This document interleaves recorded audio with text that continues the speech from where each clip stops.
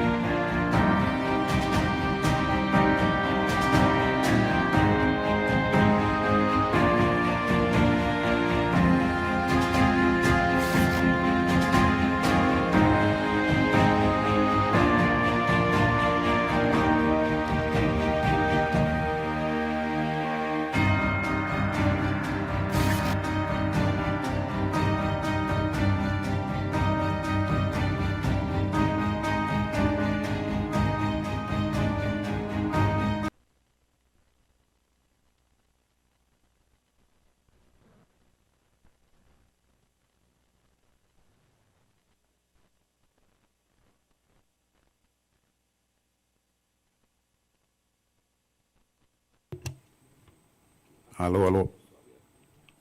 Hello.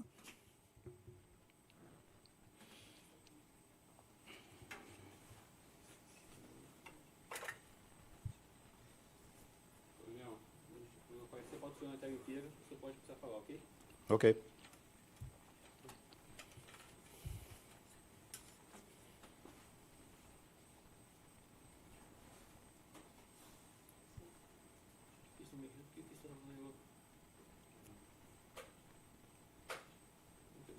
Está cambiando em medio, vai ser que ela é medio também no tratamento. Não podemos ouvir agora.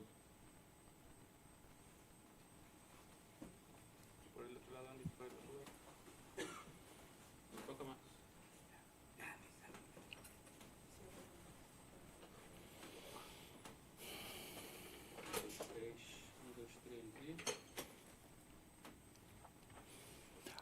Olá, muito buenos dias a todos. Soy el coronel Cristiano Rolim, del Ejército Good morning, Brasileño. I'm Colonel Orolin from the Army of Brazil on behalf of the IADB. Junto con saludarlos Together desde la nueva sede de with Brasília en Washington, saying hello in Washington, I welcome you warmly to this seminar on Cyber Defense 2026. Thank you very much for your interest and for the trust deposited in us. Besides thanking you for your attendance to this event, I want to share with you that we are very pleased to receive the inscription of more than 20,000 people interested in the whole world, representing more than 50 countries. For a better experience during the participation in this event, I share some aspects you have to consider. We're transmitting simultaneously in the 4 channels of the YouTube of the IADB with simultaneous translation in English, Spanish, Portuguese, and Spanish, and the original.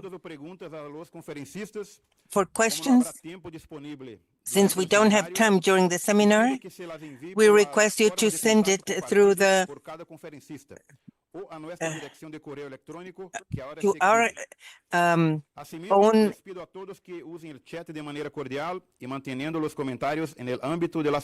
want you to share it through your emails or the email of each one of the speakers and use the chat, and you will see it also in YouTube. We will give a participation certificate, and together with that, we will place a survey that we request you to answer, and we will continue, that will contribute with our continuous improvement purpose. So your support is very important. And then in this discussion forum, we highlight that the opinions of the conference member does not represent the opinion of the IADB. Objectives. The objectives for this seminar are the ones that are on the screen. Promote the exchange of experiences, good practices, and lessons learned. Strengthen the international cooperation in cyber defense and enhance the cyber defense capacities of the countries members of the IADB. As far as the agenda for today is the one that we're showing right now on the screen, we will have our formal opening ceremony, and then we will continue with 6 presentations. After this, we will conclude with the closing words about 1 o'clock in the afternoon. To continue, I'll leave with you Major General César Augusto Maceda Garcia of the Air Force of Peru, the chair of the Council of Delegates of the IADB, who will give the opening remarks and open officially the seminar. Ladies and gentlemen, of the member states and observers, civilian authorities and military authorities, academic specialists, and everyone, good morning. As chair of the Council of Delegates of the IADB, it is an honor to welcome to the seminar on Cyber Defense 2026. This encounter reflects the importance of continuing strengthening hemispheric cooperation in face of the challenges that emerge in our cyberspace. We live in an environment that is digitally transforming itself and gives opportunities for the development of our countries, but also has increased the exposure to cyber cyber challenges that are more aggressive every day. The governmental systems and the financial systems, telecommunications, and other essential sectors depend today on digital environments that are highly interconnected. The protection of these systems has become a responsibility, a strategic responsibility that demands preparation, coordination, and the capacity of quick response. No country can face these challenges alone. We all share common challenges regardless of our level of technological development. And likewise, we face similar difficulties like the need to strengthen the national capabilities, professionals, and have specialized professionals and carry out some detection and response capacities in our people. That's why international cooperation continues being a fundamental element to build a safer hemisphere and more resilient. The exchange of experiences, the development of shared capabilities, and the generation of dialogue and strategic dialogue spaces are essential to face the challenges that we all face.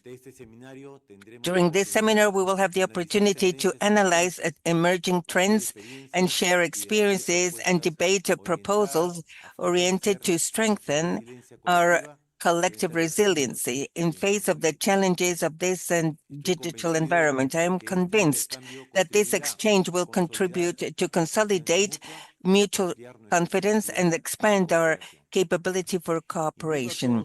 I invite you all participants to build actively with your knowledge and your perspectives, keeping the spirit of collaboration and respect that characterizes our hemisphere. Finally, I want to highlight the important role performed by the IADB as the forum for cooperation, coordination, exchange among the member states.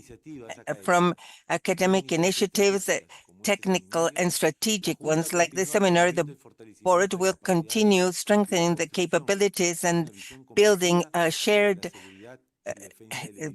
on the defense of the hemisphere. With these remarks, we declare the seminar on cyber Defense 2026 officially open, hoping that it will be very successful and productive and enriching for you all. Muchas gracias, mi general. Thank you very much, General. Now it is a privilege for me to present the first topic of this seminar that will be given by Heriberto Costa Maestre, who offers his cyber defense in the real world, case of success and strategic perspectives. I would like to present Dr. Heriberto Acosta Maestro, a distinguished strategist in cybersecurity, a professional and with more than 20 years of experience in information technologies, national security, and applied research. Right now, he performs as a cyber fellow in the KLMCC, with whom he collaborates very closely with the Center for Hemispheric Studies at James Berry, participating in exercises, tabletop, and activities for capacity building in cyber defense. I leave you with Dr. Heriberto Costa Maestre.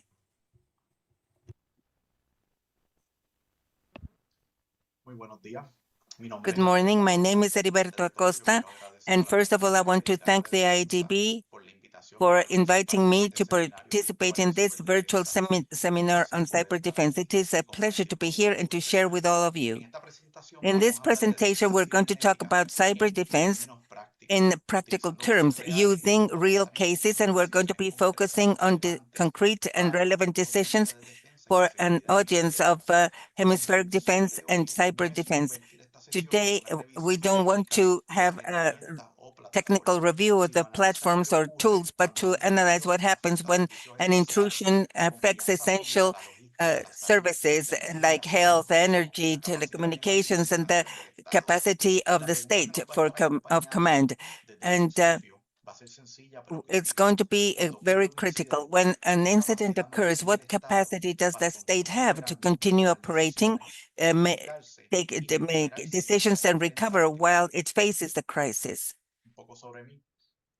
A little bit about me. I'm from Puerto Rico, and I have a BA in computers of the Polytechnical University of Peru, and I have a master's in artificial intelligence of the Polytechnical University, and a PhD in information systems in the area of computer security, where my research for the doctor's degree was in ransomware and how people respond and try to mitigate infections of ransomware too.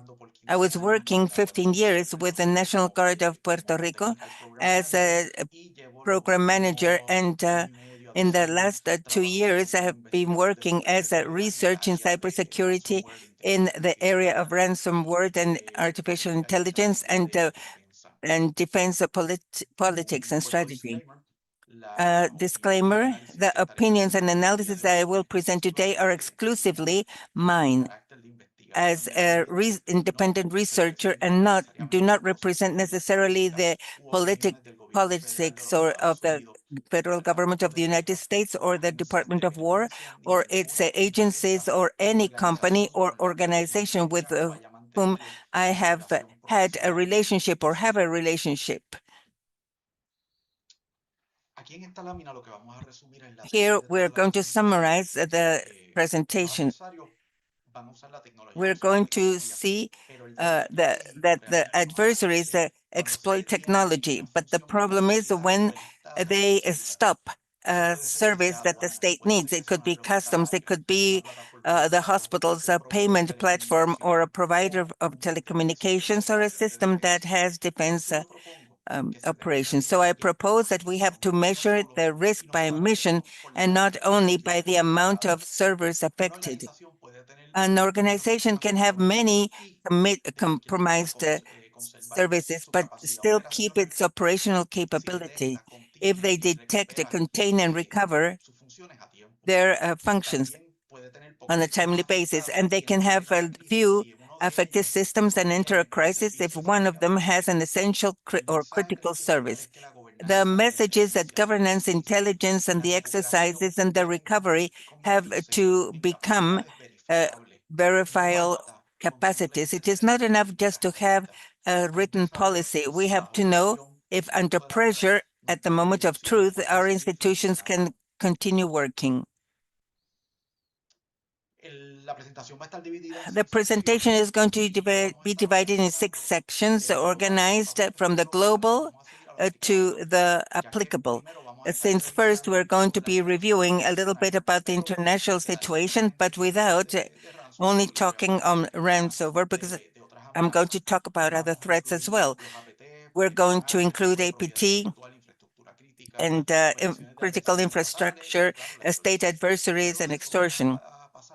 And then we're going to move to the hemisphere, talking about the Caribbean, Central America, and South America. And we're going to talk about each one independently, because the vulnerabilities in each one of our regions are not the same. And then we will see case studies that will help us understand what failed and what can be replicated. And the fourth part is going to be about artificial intelligence and the emerging threats.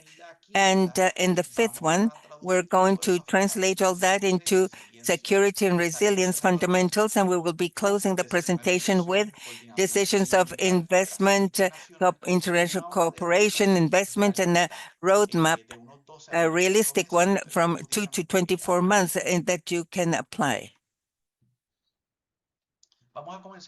We're going to start with the global cybersecurity situation. I want you to look at the number of attacks, but more than the damages that are going to be produced. The number of alerts is not going to define the severity. The severity appears when the incident limits are or interrupts critical services or public services that should not be stopped.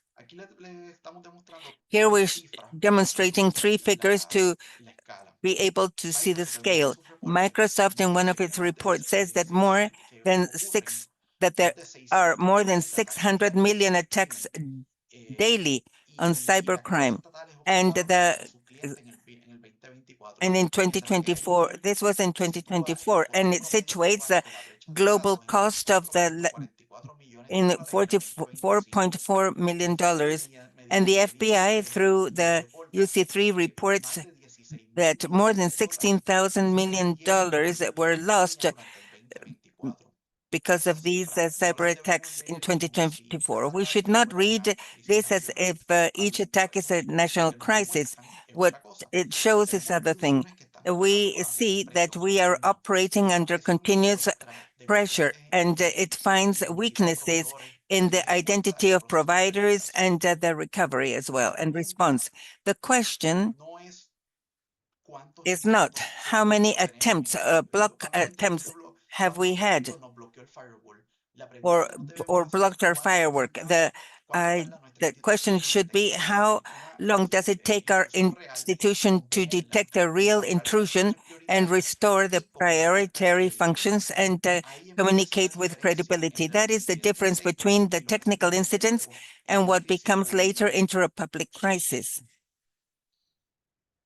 El riesgo no solamente es The risk ransomware, is not only existen otros ransomware, problemas de although ransomware muy there is a grandes en el problem mundo. of ransomware in our El ransomware hemisphere sigue that siendo is una quite amenaza big. It muy is seria, a very serious pero threat. si But solamente nos if enfocamos we only en esta focus on amenaza, ransomware, we're olvidamos gran leaving parte del out problema. a great En su part of the informe del problem. 2025, In the report of Microsoft 2024, separó Microsoft activaciones observadas en respuestas a separated incidentes.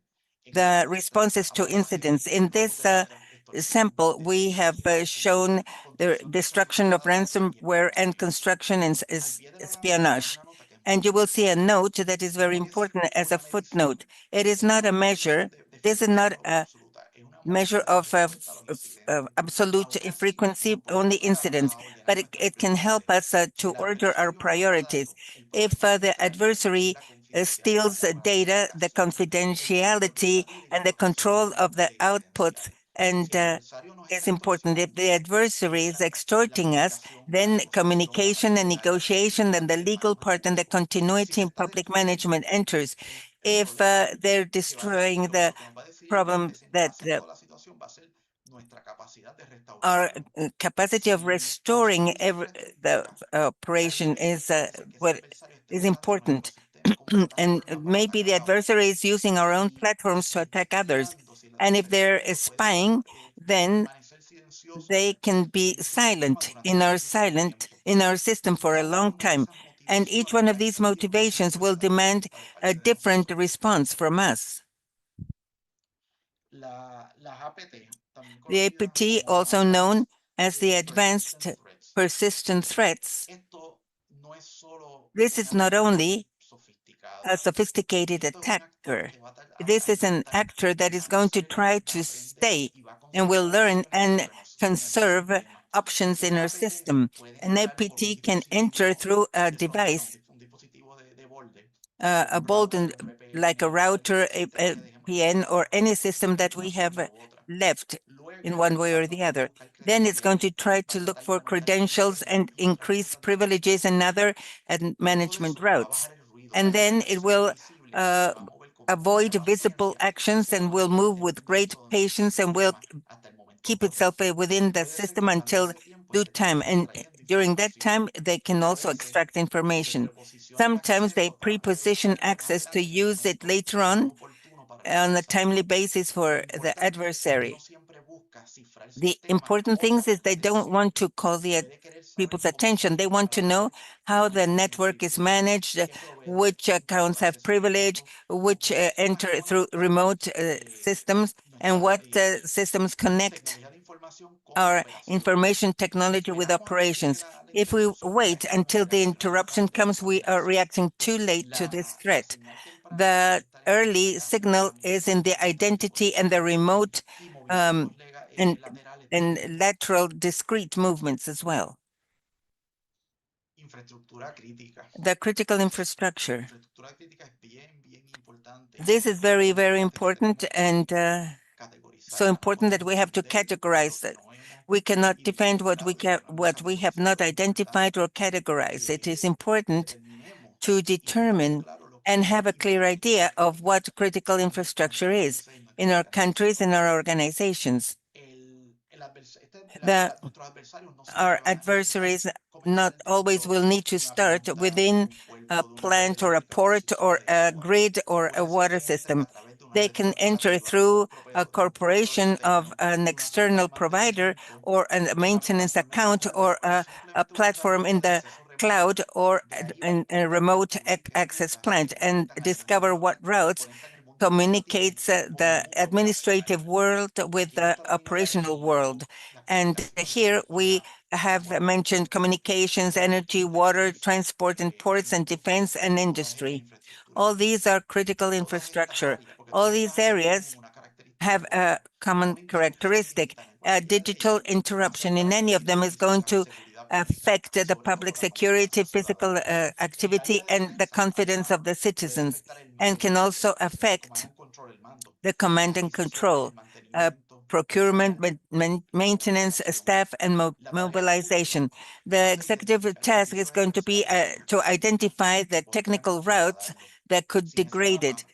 Without this map, then we concentrate where there is more technological visibility, but not more operational consequences.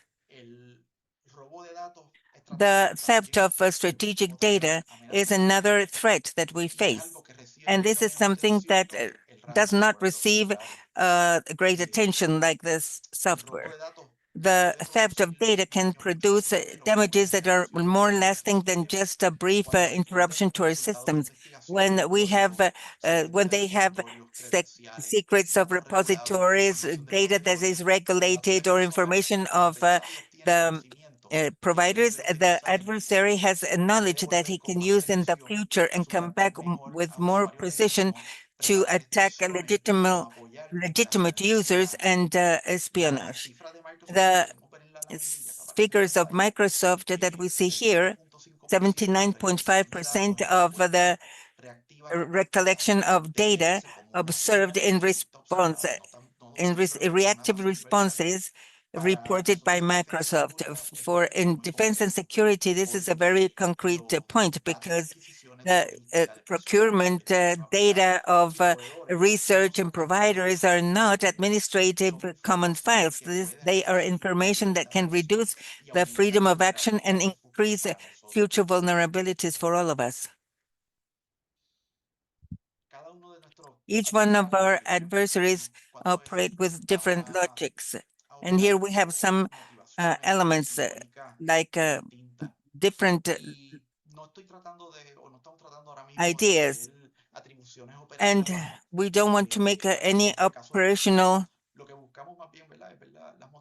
motivation, but really the ones linked with China have been telecommunications, transportation, government, and persistence in the routers. In Russia, it is the activities on the network devices and the DDoSs and OTs and geopolitical pressure. And Iran wanted to exploit opportunities in vulnerable networks and objectives of interest in a regional manner. And finally, North Korea not combined espionage with the theft of data and software, false teleremotes, and the illegal financing. For us, the implications is that there is not just one single defense for all the actors. To expel one group and protect the regulated data and sustain essential services are problems that are related but not identical. The defense has to cross continuous intelligence and legality, diplomacy, and cooperation. Now we're going to talk a little bit about the ransomware, but it is a broader idea. Here we show the estimations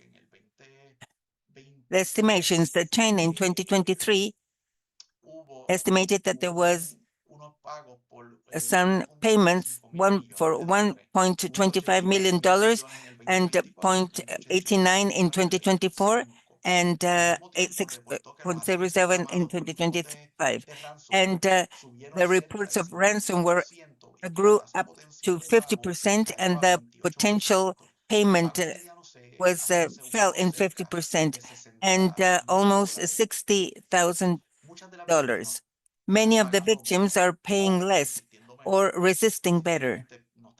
They're not paying, but the groups are responding with more volume, selective pressure, filtration, and of course with reputational extortion of the victims. For the public sector, the goal should not be just negotiate better, but reduce the capacity of the adversary to paralyze services and pressure decisions and convert the recovery into a political crisis. There are different types of ransomware, different types of codes, and the traditional one decoded services, but now we have double extortion where now they also threat to publish the data that and we have the triple extortion where they pressure customers and pressure, for instance, patients or providers or the authorities, and increasing the political and reputational cost. And we have the ransomware service models that separate functions or offer people with very little technical knowledge and give them all the steps to be able to carry out an attack. And then they charge a commission of the amount recovered.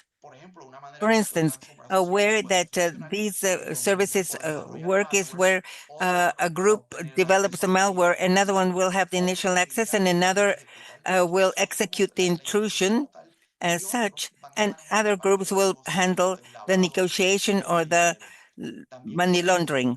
And there are also destructive attacks that are disguised as ransomware. In those cases, the supposed extortion can include sabotage, coercion, or a plan of ransomware that only has support is going to be incomplete. You need to have operational continuity, and we have to have a sensitive data management and public communication, the preservation of evidence, and legal and clear criteria.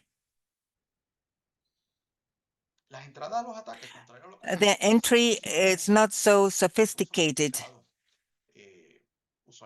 Usually, phishing, stolen credentials, exposed vulnerability that we could have resolved in time, and insecure remote accesses, and the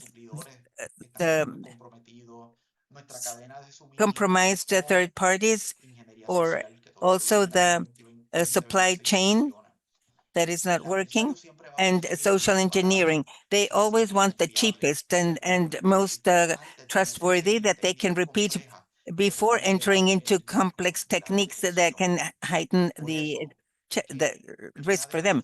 That's why in our defense, we have to try to close first the doors that open one and another time. There are basic solutions that we have to ensure that are closed, that could lead to a high cost and the iteration of millions in software and hardware equipment. For example, strong rules of identity and factor identification and the segmentation of the network, the use of the balance, and keep our patches updated. These are the most basic ones, and monitor the remote accesses, the control of providers, operational training, and the operational training continues being decisive measure. We have to avoid the temptation that is quite common of buying advanced capacities like backups and that produce an extraordinary, expensive, but fragile defense. Aquí lo que Here, vamos a hablar es what we're going to talk de about unos incidentes is that these recientes are que muestran que el recent, problema se concentra en that dependencias says that naturales.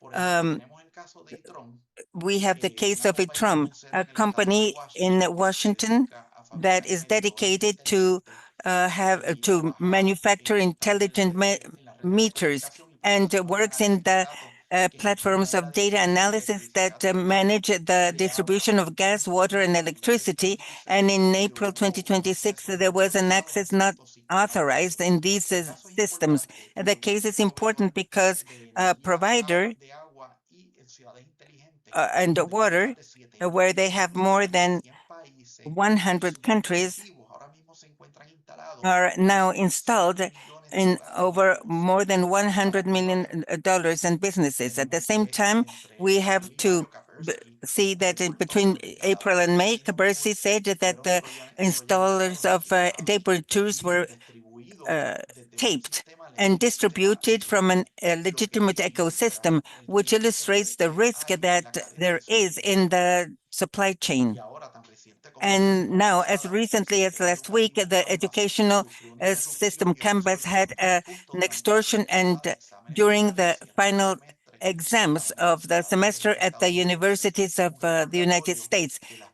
To plataformas de remind you that the centralizadas educational también platforms that are pueden centralized can convertirse en also hilos de become presión social. points of Luego social tenemos la pressure. firma And de then ciberseguridad the Tragos, taping que of Trados ahora en mayo de 2026 in May notificó 2026 que a documented través del that uso through the de use la inteligencia of artificial artificial intelligence, tuvieron unos they were accesos able, some no hackers were autorizados, una able intrusión to carry out hacia an una intrusion frontera de to desarrollo a operativa en border of fronteras de agua operational mexicana. border of No, Mexican no water. todos los Not casos all the son iguales. cases are the Sin same. embargo, todos Nevertheless, representan all un riesgo share a concentrado lesson that y is es very que el important, riesgo which is that operativo the se operational concentra risk is por la concentrated región de la supervisión where the contractual técnica y de contract continuidad and the suele ser más débil continuity que la is weak, dependencia real. and then the real dependence. Si recordamos el If we caso remember the de Port case Typhoon of hace unos Port años, Typhoon, este caso es muy útil como modelo it sobre is los accesos very persistentes useful porque muestra because it lo que es la shows lógica de the logic preposicionamiento. of the Port Typhoon fue el prepositioning. nombre que se le Port asignó a una Typhoon was the campaña de name that was given ciberespionaje to a que se le cyber atribuye a actores espionage estatales campaign. de la República Popular de China y fue expuesta públicamente en el 2023 por And it was agencias publicly 2020. exposed de in seguridad 2023 estadounidenses y los by aliados. Su an objetivo no fue agency el of robo de security in the información, United States. And it sino el wasn't their establecimiento de objective just accesos to steal persistentes information, directos a but la to infraestructura establish crítica de persistent Estados Unidos accesses in the para critical así infrastructure of the poder United activar States capacidades to be able to disruptivas activate en un futuro disruptive en el caso de capabilities un in the posible future in the case geopolítico there's a mayor. geopolitical greater conflict. Podemos ver lo que fue la We secuencia can see the ¿verdad? sequence Del ataque, de la amenaza, of donde the tenemos el attack, of the acceso threat. We inicial, have the una initial presencia access, we sigilosa, have the luego tenemos la persistence, presencia en las we redes also clave have the y nos presence queda in the key esa opción de networks, and we disrupción have this en el option of momento disruption que mejor le convenga al in the contraatacante.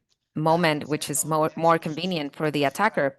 The descubrieron international actividad partners vinculada described that a there was sectores activity como linked to comunicación, sectors such as energía, communication, transporte, energy, agua y aguas transportation, residuales. water, and residual waters. Y el punto no es And simplemente the tratar de point is not aplicar just este simply caso to al resto de nuestro hemisferio. Es to poder entender la translate this lógica. to the Un our entire adversario puede hemisphere, but we need prepararse to understand the sectores que logic. An sostienen adversary can movilidad, be prepared on abastecimiento, sectors cubierto y la that conducta de sustain decisiones mobility, públicas. Esa supplies, preparación and public life. So puede que this no genere una crisis preparation maybe inmediata, cannot pero le va a generate crear an immediate opciones crisis, but it will en el create futuro político o options militar in que puede case the cambiar en el political or futuro military los context ciudadanos changes in the americanos o a future, lo in lejano. the mean term or in La, the long la term. resiliencia exige que The nuestros sectores resilience demands de that defensa, la our Defensa defense Civil, sectors, nuestros our civil reguladores, nuestros sector, operadores, our nuestros vecinos, la regulators, our policía operators, y the los police, proveedores puedan and our coordinarnos vendors antes de la may crisis, no can ya coordinate cuando themselves before the porque crisis, not tenemos ya la exactly at the presión moment when imperial. the crisis happens. Ya con esta laminilla estamos cerrando With la this primera slide, parte we will be closing the first con part una idea de with medidas y an mecanismos. idea No of debemos intelligent medir measures. los impactos solamente We por la cantidad de should not máquinas, measure the impacts sino just por by the servicios amount como of mencionaba al machines, principio. but per service, as we El mentioned at the gobierno, los gobiernos beginning. digitales The digital serán impuestos, governments aduanas, registros, have taxes, procedures, customs. Health is in charge of the pharmacies, of drugstores, of claims, of medical attention. And energy and water sustains the continuity of the physical continuity. Then transport, they sustain logistics, commerce, supplies, and mobility. And defense sustains the control, the command, the personnel, the procurement. Digital disruption becomes strategic when it reduces public security, mobility, or the liberty of action. In that perspective, cyber defense belongs to the continuity, operational continuity table of the state, not just in the technology table. Now let's move on to talk about the hemispheric threats. We have adopted technology very fast, but this adoption is not always accompanied by defense capabilities of defense, of recovery of talent, and coordination and renovation. This difference between digitalization and resilience will make the difference. So in Central America, the average of use of the internet is of 69%, while the use of smartphones is 71%, and the availability of computers is just of 27%, while in South America, the numbers increase to 84% in internet access, 75% in the use of smartphones, and 42% of computers at home. This information reflects that we have a very connected region, mobile, and with digital services available. And it is an evidence that this surface of attack is not just limited to government data centers or traditional institutional networks. Now it includes mobile phones, networks, domestic networks, cloud services, platforms of digital of the government, and there's also devices connected outside of the classical perimeter of security. When the mobile adoption moves forward, it is faster, it moves faster than the defense capabilities, the protection of identity, the continuous monitoring, the training of personnel outside of the corporate networks becomes a strategic priority. Also, these trends show the existence of a population that is more familiarized and with a lot of skills in the use of mobile phones rather than traditional computers. And this also becomes a challenge in the work scenario, in the training for a workforce to use computers in the right way, in a safe way and efficient way within the institutional environment and professional environment. Here we're looking at the gap between the access to internet and the availability of computers.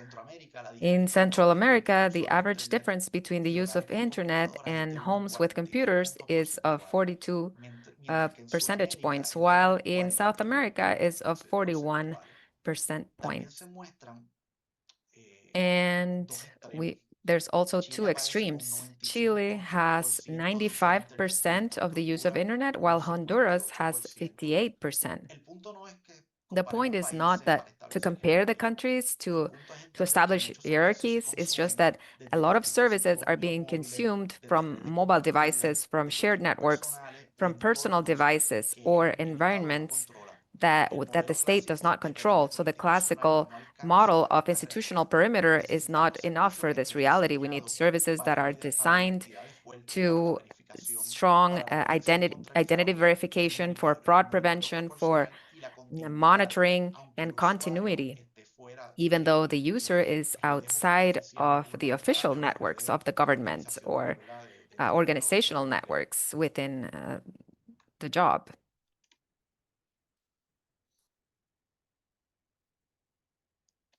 In Central America, a lot of public services are concentrated in between very few nodes: customs, health, security, payments, and shared vendors. There's low tolerance to interruption. So, for example, if there's a disruption in customs, this can affect supplies an intervention in health can affect appointments, the drugstores, or the payments to vendors. So the cloud services and the kind of international connectivity increases this exposure. And also there's this challenge of technical talent. The public sector is competing with private salaries and with regional demands. The priority cannot be just to protect everything in the same way. It has to be focused in continuity of these essential services, as mentioned, customs, health, identity, payments, and citizen security, with approved execution and interinstitutional exercises. In the meantime, the Caribbean has very particular characteristics. The digital risk is also also has to live with physical risks that are frequent. So tourism, telecommunications, energy, the ports, and disaster response, these are part of a whole operational department or dependency. Geography reduces redundancy and elevates the cost of recovery. If there's a cyber incident during a hurricane, during an outage of energy, it can also amplify the damage socially. So it is very important to regionally cooperate in the Caribbean. And there need to be alternate communications, mutual assistance, backup of essential services, continuity of payments, and coordination with the emergency management. So cyber defense cannot be a separate topic from resilience towards disasters. It needs to be in the same framework of continuity. In South America, the scale of the economic scale is a risk. The mining, the oil and gas, our financial sector, the ports, agriculture, and they have economic scales regionally. Some slides ago, we were pointing out that South America has the biggest average of use of internet and more availability of computers than Central America in the region. So this digital maturity also widens their productive capabilities, but it also increases the attack surface. So digital crime operates in more developed markets with ransomware, with selling accesses. Also, the supply chain cross borders. An incident of a vendor in a port, a financial entity or whatever, it can affect many countries. And this can increase the response and also the response for recovery. So we need to look at logistics, at finance, at vendors as strategic nodes, which are very important.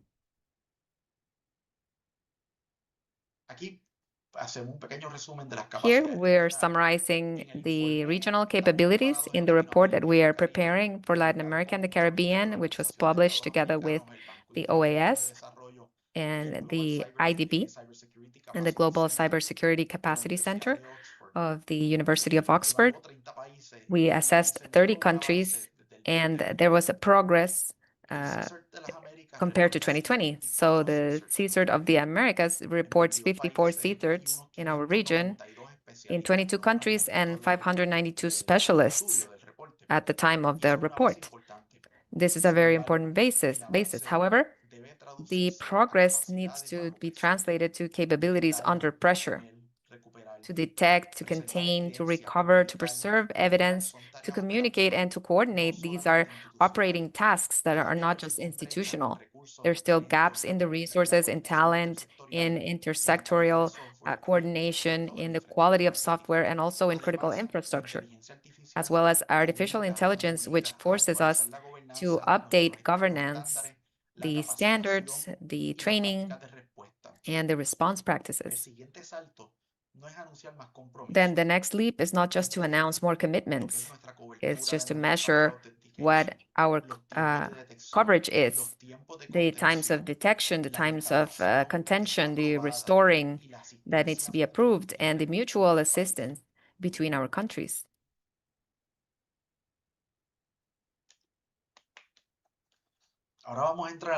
Now we're going to move on to the study cases. Here, the intention is not just to tell incidents just for historical interest.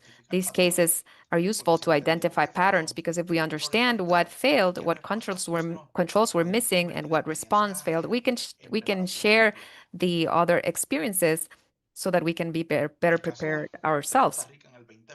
In Costa Rica in 2022, Costa Rica showed us how ransomware can be a critical aspect, and it can become a national crisis. So in the timeline starts in April 2022, Conti affects the Ministry of Finance and affects systems related to tax collection and custom controls.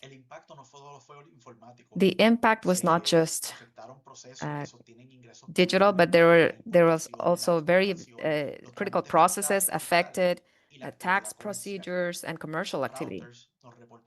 Reuters reported that for that moment, the platform of custom was still suspended, and the export sector was expecting a loss of $200 million.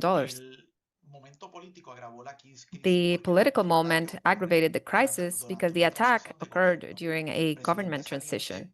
The outgoing president described the attack as an attempt to threaten the stability of the country, and the government had to declare a national emergency state, and which is normally associated with health emergencies, but not with digital emergencies. Then the Hive group comes and affects the Costa Rican Social Security Department. So then now the impact was not just the finance and commerce crisis, but now it was a public health emergency. More than 30,000 medical appointments had to be rescheduled. This was reported by Wired. Then we had to go back to paper procedures, and there were interruptions in services such as medical imaging and drugstore services, in laboratory and operation rooms. So this is a very important warning. The initial vector shouldn't be confirmed by open sources.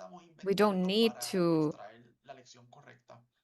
identify this just to extract the right lesson, but we need to look at the consequences of what happened when an attack interrupts customs, payments, commerce, medical appointments, the files, the medical operations. Cybersecurity then becomes in a continuity of the state. So that's why the preparation needs to include the segmentation of networks, the backups.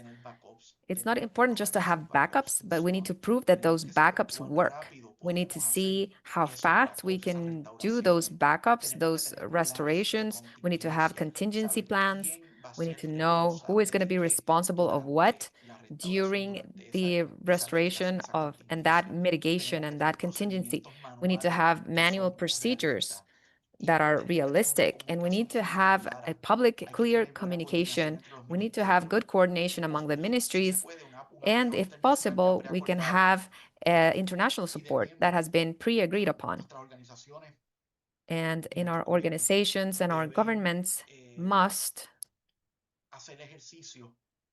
do this exercise among the different stakeholders, which forces them to make decisions under pressure, and they can practice so that whenever this happens, they are prepared. Then we have the incident of IFX networks, which illustrates the risk of shared vendors. In September of 2023, IFX reports an external attacks of ransomware. Then the next day, it was reported that around 772 companies that were using the services of IFX in the region were affected. Reuters also reported that more than 50 Colombian entities were also affected.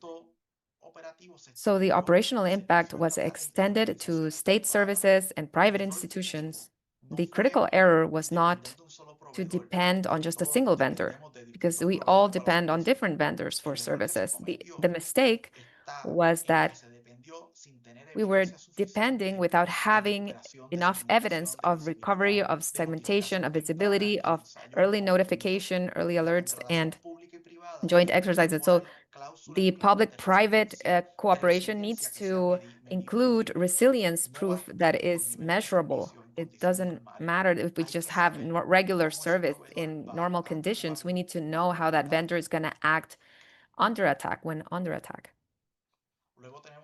Then we also have the case of Change Healthcare, which was a very important one because it shows how a vendor, a central vendor, can affect the entire system. Change was processing about a half of all the medical claims in the United States. This attack affected about 192 million people. So the initial access was linked to credentials that were compromised and a server without authentication, multi-factor authentication, not certified. And also it was reported that there was an exchange, a payment of $22 million in Bitcoin. So the impact of this attack was operational, economical, and political, and it affected the verification of coverage, the claims, the payments, drugstores, hospitals, clinics, and the liquidity of the health vendors around the nation. So there needed to be reconstruction of the platform, notifications, and a serious public scrutiny. So it is clear for our hemisphere that if there's a central vendor who is sustaining the cloud, health, the digital government, its resilience, it's not going to be just contractual. We're talking about a matter of public continuity, which is very important for the state.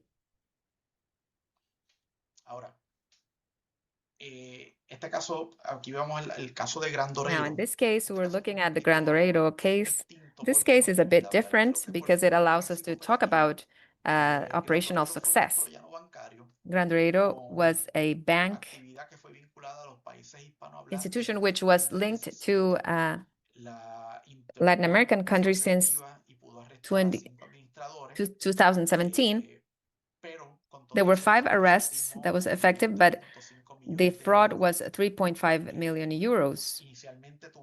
Initially, we had a phishing in the financial sector, then there was a botnet, and then the robbery, unfortunately. So there was a whole technical and forensic analysis made, and there was police action happened, and there was a reduction of the capability of these adversaries, these enemies. So in this case, shows us that cooperation works. Cooperation can provide results.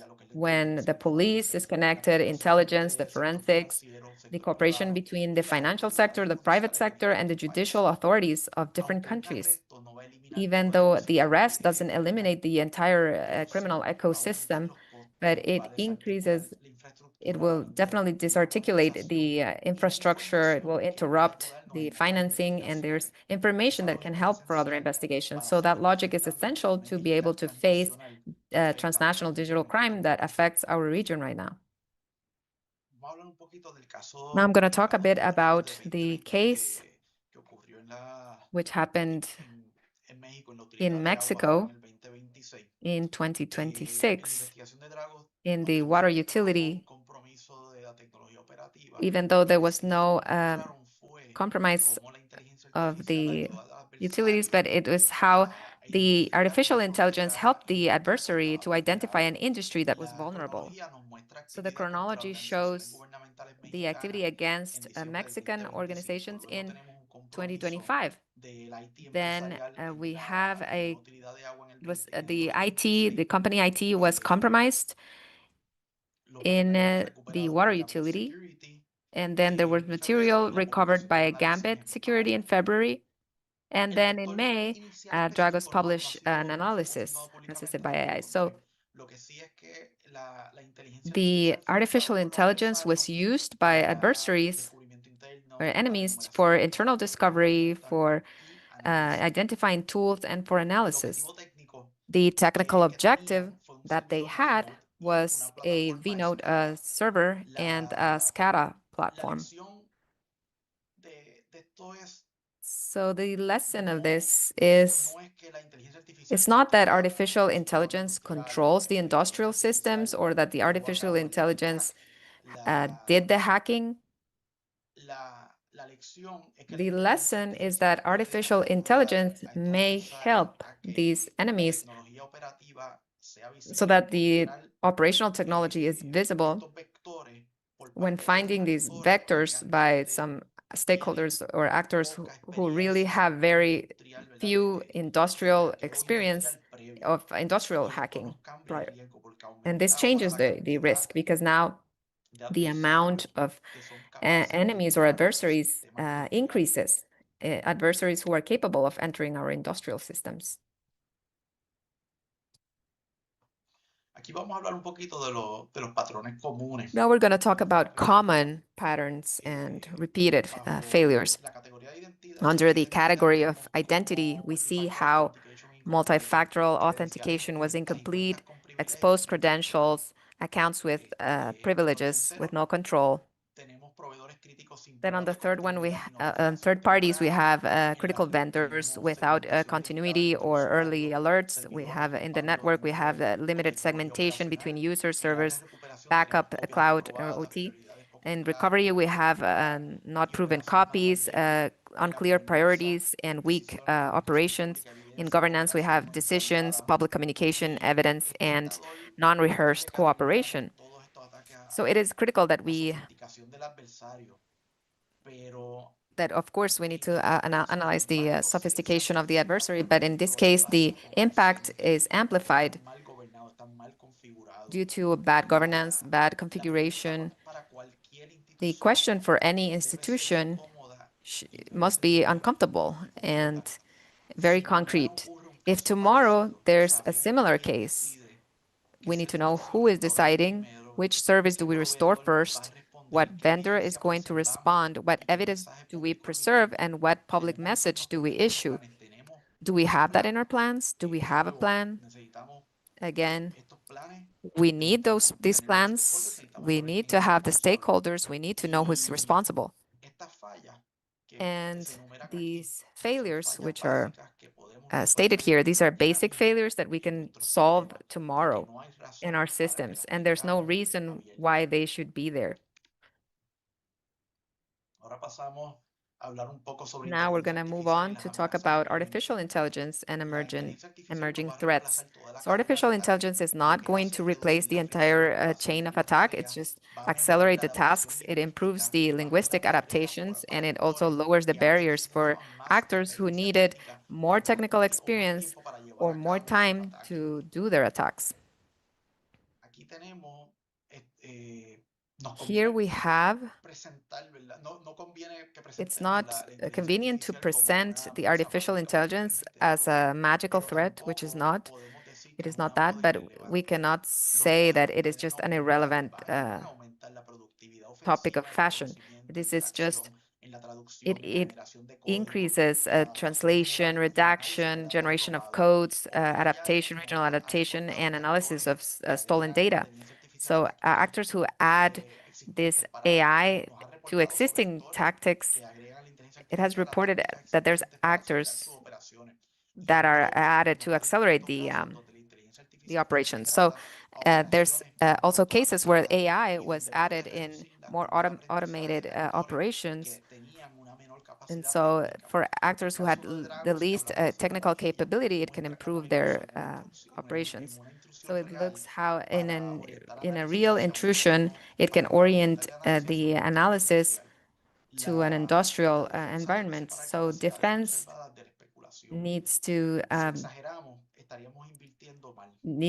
observe the speculation to assign resources correctly. So what's reasonable is that we strengthen the registrations, the identity, the human validation, and rehearsed responses to the attacks. Here we're going to talk about deepfakes. So the risk of deepfake is not about technical quality, but it's the context. A call can be credible if it arrives during an emergency, if it mentions a real vendor in the right moment, in moment of crisis, or it mentions a person with apparent authority. So right now, the criminals are using AI to improve audio, text, messaging, and it was classified in these calls as artificial voices.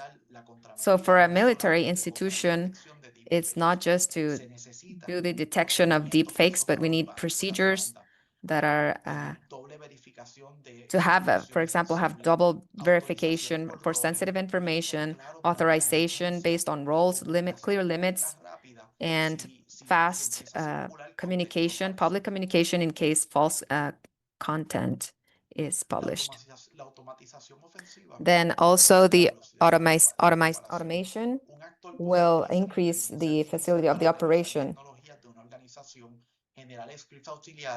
So it also translates emails, it adapts for fakes websites, it classifies stolen data, and prepares extortion messages that are more selective. Here we need to clarify that the generation of malware or these tools can contain mistakes, and that is important. Artificial intelligence doesn't eliminate the need for technical validations. It compresses the cycle of work.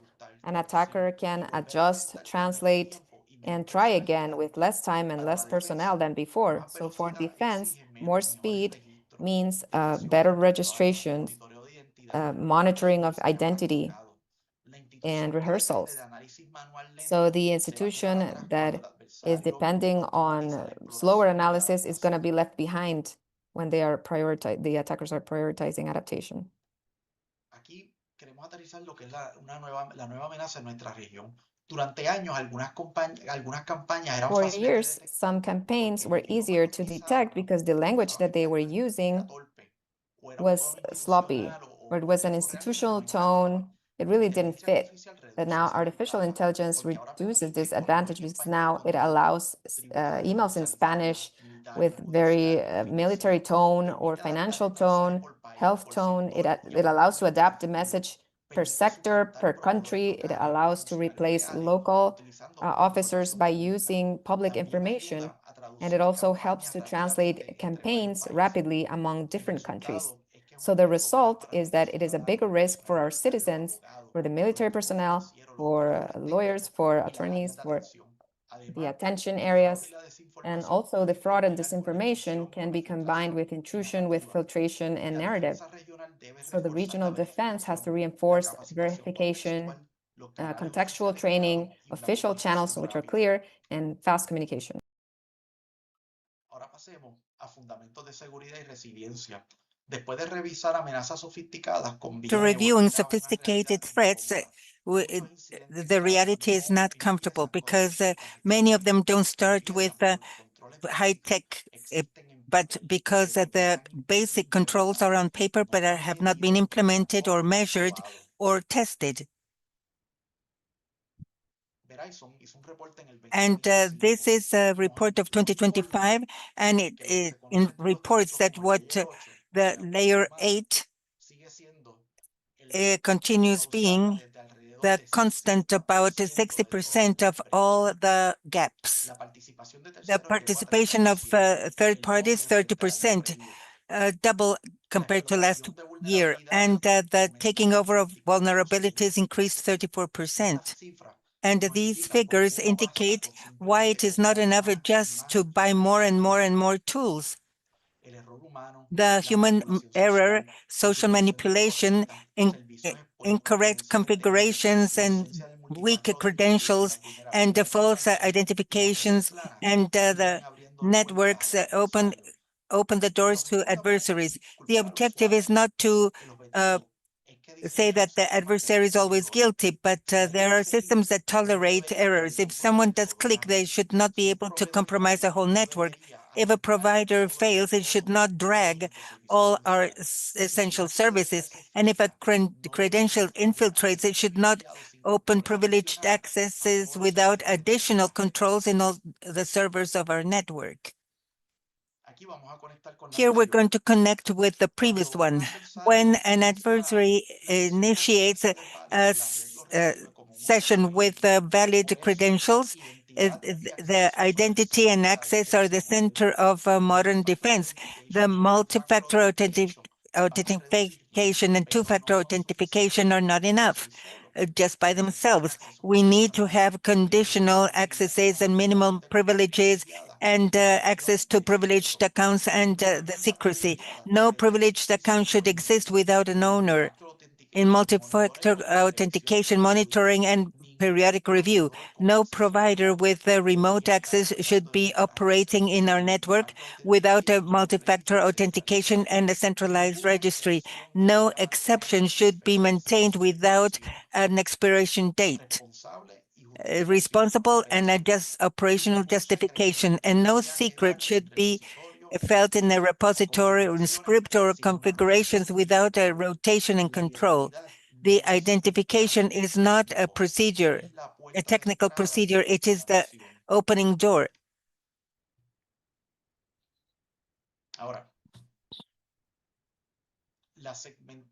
Now, segmentation, as you can see here, that these are the principles of design that are very important, and we're going to be very clear.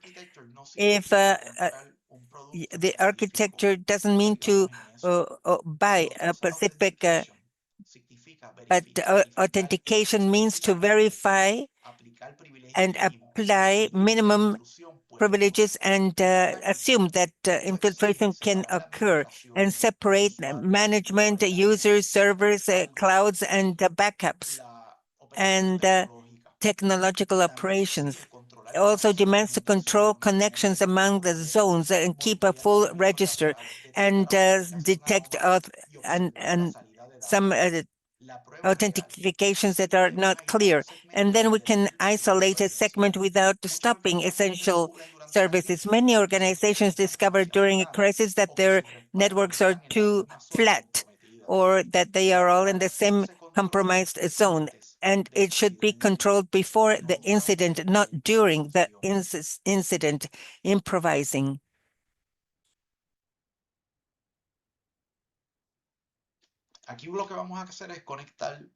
Here we're going to connect recovery with the power of negotiation. We can restore critical services from all the SOPOS in 2025 reported that there was an average cost of recovery without rescue of $1.5 million. The company affected, Beam, it's a backup company, reported that at least 3 victims of ransomware were able to recover all their data in 62%.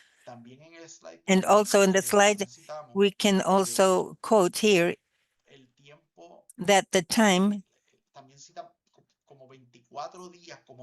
is 24 days average time after ransomware to recover. And we should see this just as a guideline. It's not universal, it's just an average. But the important thing here is the principle. We have to have copies out of line, and we have to have tested recoveries and maximum times and criteria of degraded operations and pre-approved public messages that change the image of the decision. Without a tested recovery, then the adversary will have the rule here. So the institution will not be able to recover control of the attack that it is being a victim of. The protection of technological operations is different from the IT. It's not to turn everything off to be sure. It's to maintain a physical operation within acceptable limitations. And for this, we need, number one, an inventory of all the assets and routes between the IT, the cloud providers, and the OT. And we need passive monitoring, change detection commands, and analysis of anomalous protocols, remote access to MFA, registration, approval, and controlled windows, and also segmentation that allows to isolate without losing your physical security. The lesson of Dragos comes back here. If AI can allow the adversary to find out some things. We need to know which borders are weak before the adversary knows. And the last section here, we change the diagnosis to decision. The question is not what tool to buy first. The question is what consequences do we want to reduce and what capacity do we need to contribute to. This matrix helps us to prioritize our investments. In the vertical, you have the consequences and horizontally the position. And when the consequence is high and the position also, we have to protect now. When the consequence is high, but you can reduce exposure, then and when the exposure is high, but the consequence low, we can monitor and adjust. And when both are low, we can accept and do or transfer the risk. To use the matrix, you don't need a long study. The minimum entry is concrete, essential services, time of recovery, and the responsible persons. This level of clarity will allow to talk about cybersecurity and explain why not all the investments have the same strategic value. The priority has to follow the consequence and not to the technological novelty. We're going to talk about two concepts that are confused quite often. Compliance is going to document the intention, while resilience shows the continuity when the organization operates in a degraded manner. Compliance has policies, inventory, evidence, and reports. All this is necessary, but it's not enough. Resilience is when the priority services are restored, the decisions are clear, and the operation continues under pressure. And IA has questions for the authorities. What service should be stopped first? Who decides this degradation? How long can we operate manually? What providers are systemic? What evidence of recovery do they contribute with? What metrics are we going to send our regulators or ministers? What public communication is going to avoid panic and sustain confidence? An institution can comply and not be resilient. The goal is to show continuity, not only comply with the checkboxes of the audits. The civil-military coordination. This cannot be improvised during the first 6 hours of a crisis. No institution can control telecommunications alone, or energy, or justice, defense, health, logistics. Here, we see that Central America has 54 CSIRTs, 22 countries, and 592 specialists. This is a network. In this network, we have a confidence space, but it has to be translated into regional exercises with scenarios on ransomware of systemic providers and disinformation. And we also need an umbrella of notification, mutual assistance, preservation of evidence, and public communication, and also safe channels among the CSIRT defense, police, regulators, and the private sector, and that you can work under pressure. And this needs practice, common metrics, and coordination among the institutions that has been previously agreed upon. And here I'm presenting a roadmap for the first 90 days. Sorry, for the first 24 months. During the first 90 days, the recommendation is that we're going to start the configuration if you don't have the multi-factor authentications for critical accesses, and the inventories of essential services, and verify your backups and review your providers and the crisis channel. And between 12 and 24 months, we're going to have the ransomware exercises, restoration, contract requirements, segmentation in the network and in the playbooks that are necessary. And from 9 to 24 months, we're going to create regional metrics. We are going to agree on mutual assistance and do regional trainings and the operational visibility and a public career of talent that can also compete with the private sector. And the sequence is necessary because we want to avoid trying to do everything at once. Because if you don't prioritize, you don't see things. And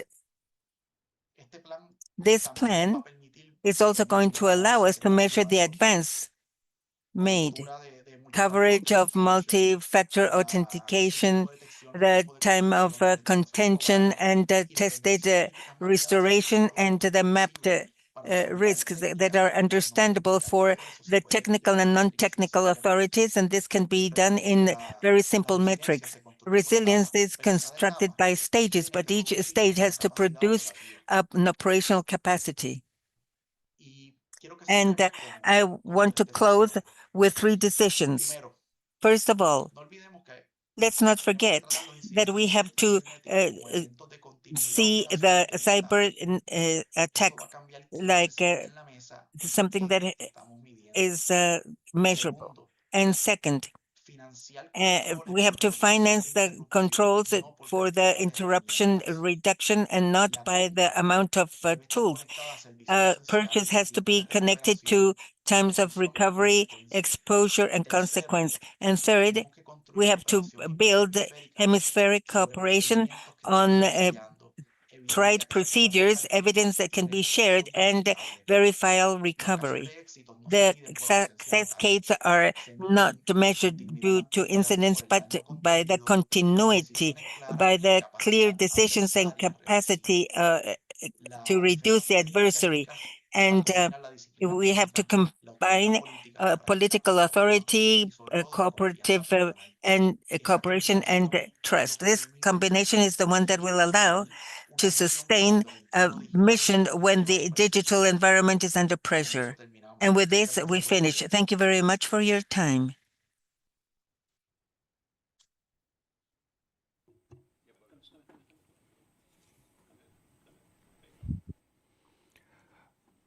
Muchas gracias, Dr. Heriberto. Thank you very much, Dr. Heriberto, for presenting this excellent lesson. I highlight here the topic of the global situation that we're going through right now and the case studies presented, and finally, the strategies for protection that you have mentioned very well.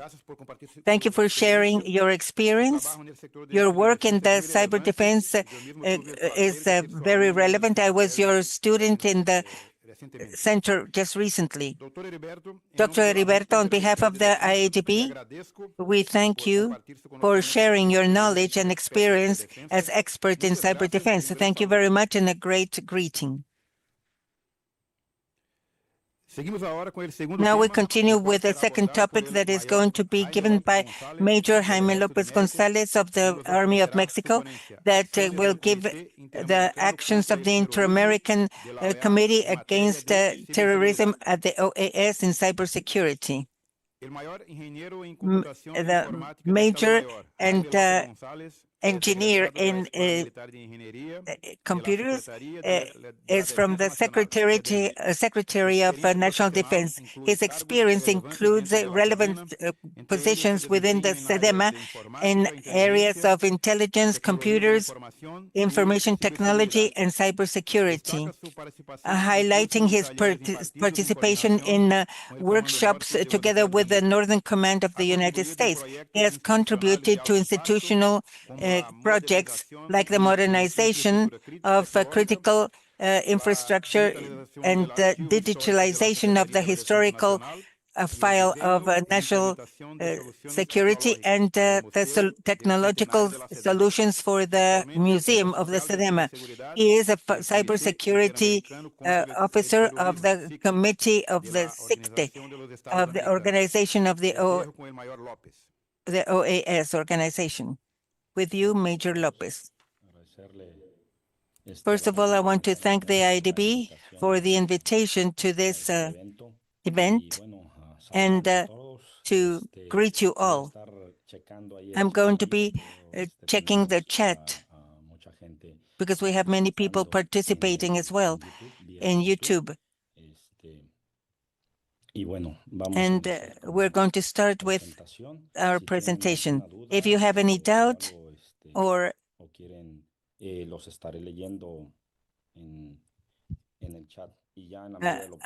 you can send it on the chat and I will try to respond some of the questions during my speech or at the end of my presentation. I'm going to share with you my presentation now.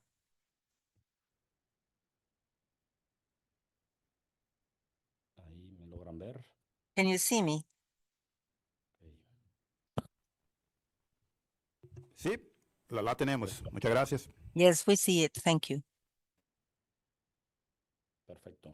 Bueno, vamos a ver, So I'm going to explain the actions of the SICTE in cybersecurity of the Inter-American Committee Against Terrorism that was created to fight against terrorism and under the directorate of Guillermo Moncayo of the OAS. Part of the team of the SICTE, we have the disarmament and non-proliferation with the treaties with the member countries of the OAS to avoid mass destruction weapons and an area of border management where we share information policies to ensure security among the different borders, and in cybersecurity that we're going to talk more in depth, and another on the prevention of terrorism. Well, in cybersecurity, we have more than 20 years of experience in this area that is set up with the member countries, the 22 member countries, to develop their capabilities at the technical level in cybersecurity and also in policies with different programs. As I said, how do we carry out our task? Well, we offer policies, technical experience, orientation in policies and support, strategic support, and we offer symposiums, meetings, communication channels for the different countries to carry out the strengthening of the different areas of cybersecurity in each one of the countries. And what do? We develop policies with the member countries through technical support or coordination meetings, events in each one of the countries as well.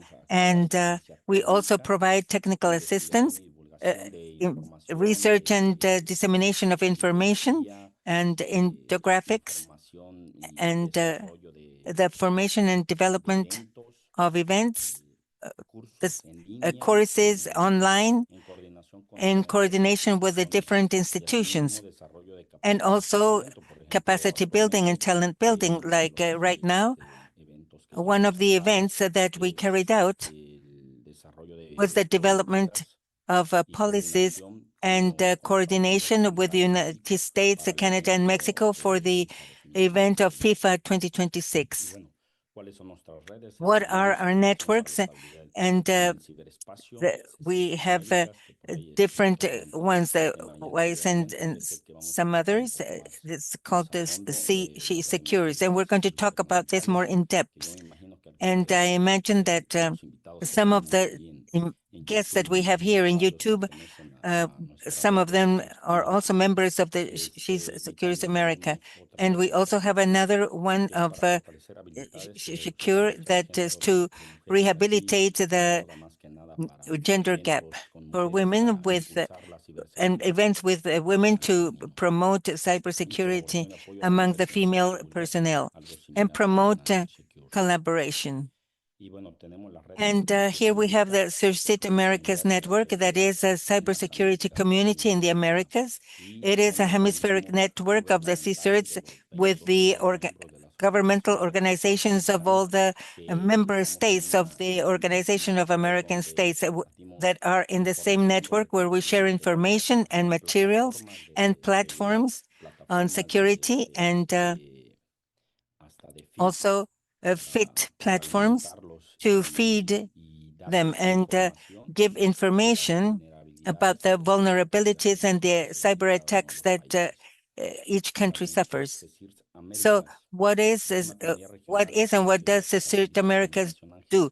It is a regional cybersecurity community that facilitates communication, the exchange of intelligence, and the training of and the development of the maturity and regional cooperation of the CIRCITs of the member states, and cooperation among the different CIRCITs as well.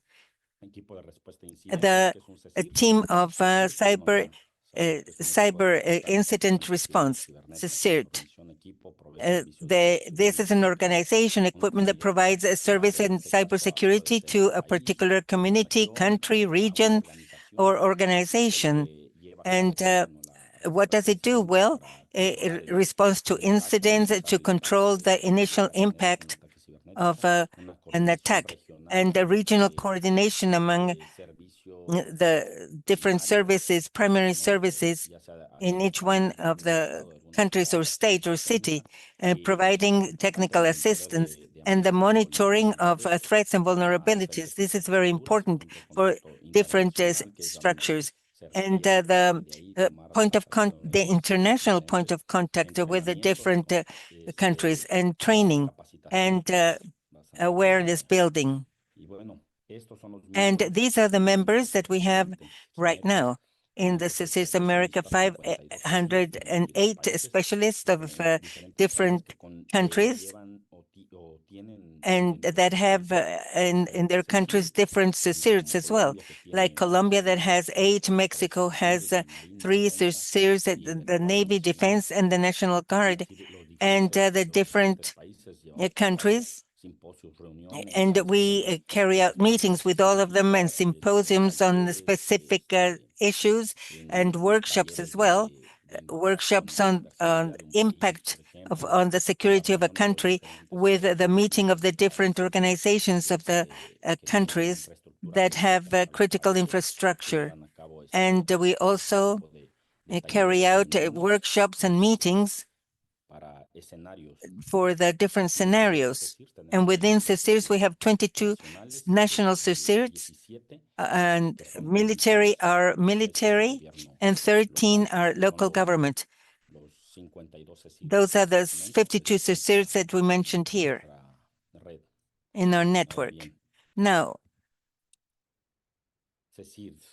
CIRCITs, what is it? Well, it is a regional community that is promoted by the OAS, that connects and strengthens all the governmental CIRCITs through preparation, exchange of information, collaboration for a more secure region. And we facilitate platforms on security and information on cybersecurity.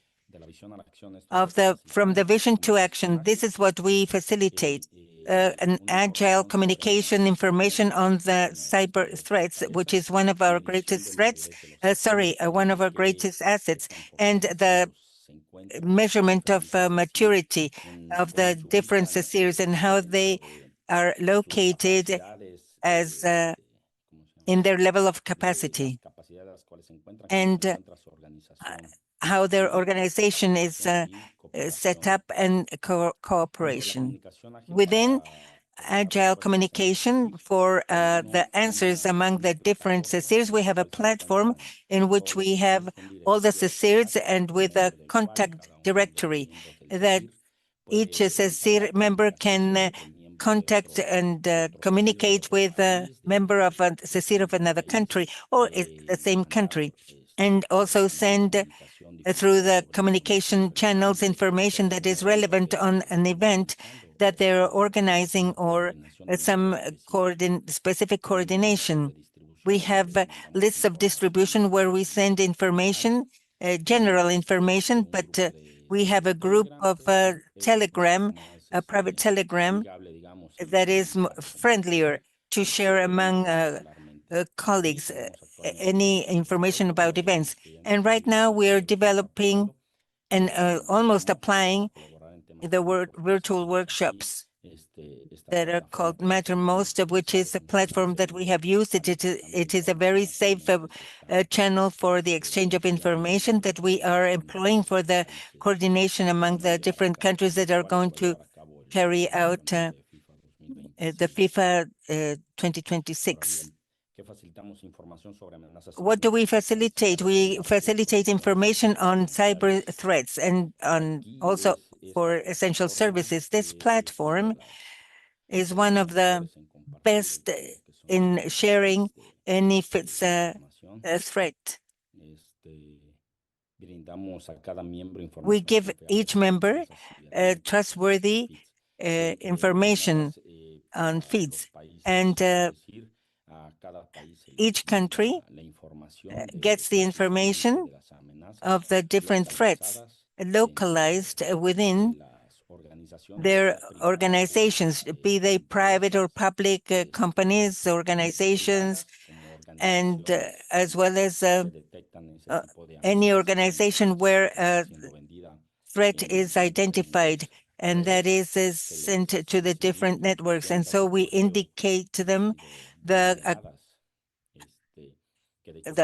accounts that have been vulnerated and the passwords, and we send some public accounts that are usually governmental, the police, or accounts of the armies, Navy, etc. And we advise them where the vulnerabilities are in their organizations, and we also give them reports of the different vulnerabilities that have happened in their country, so that they can have a reference to take action in their different communities. And also the flight of credentials, ransomwares, viruses. This is one that the countries use the most because it is very valuable as a reference to take action and measures against it. And we consider that it is the main thing for the actions that are carried out by the different CSIRTs in their countries to change protocols and passwords and services, etc. We consider that it is one of the most important functions, and independently if they are organizations or private enterprises, because they also carry out some services that are critical for a country or a region. These are the actual numbers of the CSIRT Americas. We have some 927 compromised governmental sites. These are governmental and of the 22 countries.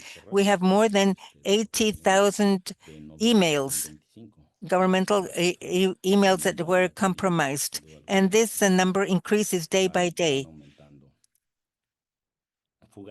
The credential flight for access to governmental systems, 409,000 accesses. And we report this, we let them know, and then they, for instance, if it's a governmental system or the national police, we send them this information and they have to take the measures together with the different organizations in their countries where these vulnerabilities have taken place in their systems. And they have to change passwords and review all the structure to see where the vulnerabilities lie and where they are affected and what changes they have the adversaries have changed, if they have, and the prevention and actions that will be carried out, because many of them have already established these policies. With regard to ransomware, 1,997, these are both public and public organizations like schools, hospitals that are of great importance for all the states, and alerts for the finances of the government and ransomware.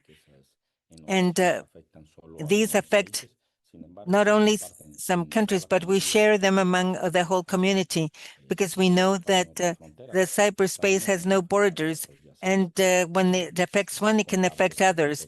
And so we share all this information with them so that they can take the measures necessary. And we give tailor-made information. We deliver the same information adapted to each profile. It is customized with a configuration of the server so that they can receive the alerts automatically and all the tips automatically at their servers. And this is on a daily basis. Daily, we send this information as soon as we detect, because we have companies with which we have agreements or contracted, and this information is provided 24/7. And in that way, we also send this information to each one of the CSIRTs, members of this community. Here, I can read the chat in YouTube. We have more people connected now. And we have a table for the decision making. We send information on how many vulnerabilities or impact, or how much the different countries have been affected with cyber vulnerabilities. And this is for decision making more than anything else. And we have different analysis. For example, when government is in preparing for elections, cyber attacks increase incredibly. And this has to be seen before the elections, and the actions have to be taken before. Like in this sport FIFA 2026 that we're working on right now. We've had many coordination meetings, and we carry out security strategies to strengthen before the event. And right now, we are developing a report for the high authorities with regards to the different vulnerabilities or attacks that have happened in a period of time. And here, the automated accesses to threats, this is coordinated with the technical staff of each one of the CSIRTs to carry out all the configuration, and so that they can do it automatically in their servers. And the updates are made by those the staff that has access in the CSIRTs Americas and that have access to the platforms, and each one of the members can consult with regards to their area. Argentina can only see Argentinian issues, and so in this way, each one of the countries. So we facilitate the measurement of maturity to get to know the level of preparation and orient the decision making. This is something new that we just launched maybe a year ago, more or less. We have 3 CSIRTs that have this certification. This is a model for to measure how prepared the organizations are for incident management. This is a model that helps all the organizations to measure how prepared their teams are to manage cyber incidents. We give backup in the technical area, and we analyze each one of the parties in different scenarios and verify how prepared they are, that each CSIRT to face a cyber attack or a cyber incident in the different areas, how the monitoring is organized, if it is a permanent monitoring, and if not, depending also on the functions that each one carries out and the amount of staff that they have, etcétera. etc., etc. Es todo un So this procedimiento is que se a lleva a cabo complete para procedure that is carried out to certificación de algunos certify a dependiendo CECIR, el nivel depending de on the madurez level que of maturity in which they are y at bueno, that esta es moment. una de And so las this is guías que one se of the utiliza. guidelines that we use. Modelo público ayuda a This is the organizaciones a medir public su model capacidad that helps all the organizations to measure how básicamente prepared their team is que lo for basamos en el modelo de cyber Clinton incident management. referente de And madurez nos indica this is like the cuánto maturity preparada reference that está tells us the level of hacer frente preparedness a un to incidente face cibernético. a cyber Y bueno, aquí les incident. dejo también And por here I'm si going to tienen leave with you, interés, if you're interested, consultarlo. in consulting Nivel de this madurez es de reference, consulta pública y pueden, because pueden this is a descargarlo y public pueden document that you can revisarlo. download and Como les digo, review. imagino As I que said, there are alguien several aquí que es de staff alguno de los members that diferentes CSIRs. have Aquí lo this sigo from the leyendo, veo different personal CSIRs.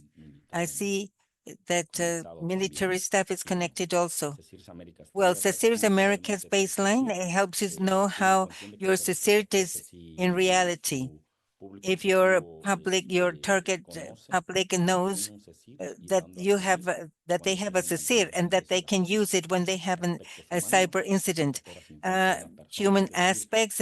Does your diaria team y operate mensuales, bueno, if one algunas person personas is toman tiempos missing? de vacaciones And then y ese so you can mensualidad de plan vacaciones how se va many staff sin members can poder go on a holiday manifestarse or o por el estilo, pues ya se vuelve más complicado ahí because that makes it more se empieza complicated. a restar de ese modelo de madurez. Tengo con qué And responder your las maturity herramientas level que can utilizo go down. cada uno de los And CSIRs we have to y es see acorde what structure a each la one estructura of the crítica CSIRs have, and it de is in los accordance servicios. with the critical Procesos structure of están the listos para services. Are responder the ante la processes ante la ready? prensa, perdón. And Y if they're ready to cuando tiene un respond incidente to the cibernético, el impacto press también and mediático also the que se hace noticia media de este tipo impact of a news of this type of tanta incident. respuesta So o how existe una much muy response they have, específica or if they have a de specific area comunicación para for hacer frente communications with the también, porque a press, veces el because impacto es menor, sometimes the impact pero is bueno, el lower, impacto but mediático the media afecta, impact is afecta higher más and it la imagen en affects the ocasiones image que el propio impacto more than del the ataque cibernético. impact of the cyber attack. Y que facilitamos capacitación y cooperación And para fortalecer training las and habilidades y cooperation to confianza strengthen personal. Grupos de all the trabajo skills. dedicados, We have a comités de dedicated apoyo a los CSIRs working groups, diferentes which is a aspectos dedicated en channel áreas so that the específicas CSIR o can en distintos coordinate and CSIRs, collaborate in algunos joint son projects. presenciales o en este It can be caso face-to-face or eventos deportivos de gran through magnitud. Zoom. Y aquí llevamos a cabo And también here mentorías, we have capacitaciones de mentorships CSIRs and a diferentes países, trainings in collaboration with miembros the de international CSIRs to the CSIRs different de countries. algunos que Some constantemente examples, lo but llevan we're a cabo constantly en carrying this out. países. But these are some countries with whom Y we have reuniones con done it. miembros And en áreas responsables meetings de with CSIRs. members Ahorita of the próximamente CSIRT tenemos Americas. Right now we Formas have TIC, que va a ser en República Formas Dominicana, ahorita lo Stick vamos a abordar. and Y la in Academia the de Dominican CSIRs América, Republic, un and espacio the virtual de Academy of aprendizaje continuo CSIRT para Americas, which is especialistas. a Aquí virtual nada más no space tenemos apoyo for nacional de continuous learning capacitación, for tenemos el CSIRT Centro specialists. Tecnológico Nacional de And España, que here nos we have provee una plataforma de the capacitación platform of que tiene de Spain that manera is constante giving para us los a miembros constant training to de la the plataforma de members of CSIRs the Américas CSIRT y eventos de Americas gran escala, members. ¿no? And ¿Cuáles tenemos? large-scale El bootcamp, events. que yo We have the imagino que boot camp, varios ya lo the summer conocen, lo boot camp. I refieren think that some of you o han already know participado it en ellos. or have participated Jornadas de already TIC, in these. CyberX, We have the simposio de stick ciberseguridad y actualmente days, también tenemos el de CyberX, FIFA and 2026 right now para we have the eventos FIFA tipo 2026 for this y ahí sports event and con diferentes symposium on países. De hecho, cybersecurity. And esta semana, de hecho, this llevamos a week cabo aquí en we carried Washington, out here in Washington las instalaciones de la at the OEA, y facilities ayer of the finalizamos OAS, and yesterday we con el ended TPX with a precisamente, y participó Canadá, Estados TTX Unidos y México. with the United States and Mexico. El Summer Bootcamp. The summer Aquí boot también, camp, si tienen alguna duda, if you have any lean en el doubt, chat. Esto se va a llevar a cabo del this is going to be carried out from the 13 13th to the 23rd of July 2026 in León, Spain, with the participation of LICIDE, the OAS, the University of León of Spain, with Canada, and different organizations of the Spanish government, which is one of the greatest events in cybersecurity that they They have different participation schemes as well, and different participation groups that are public policies, as well as the level for specialists in cybersecurity at a more technical level, at a legal level, where we have the participation of, for example, staff that have a BA in law for the legal part, and it is one of the most important ones. So these are the ones that have the greatest impact in cybersecurity, the summer boot camp. And we have the this one in Dominican Republic that is going to be carried out by the Technological Center of Canada in coordination with the government of Dominican Republic, with the participation of members of the CSIRS America, of the different CSIRS that are going to participate in the event. And we have technical assistance requests for incidents and the support of a specific incident as well.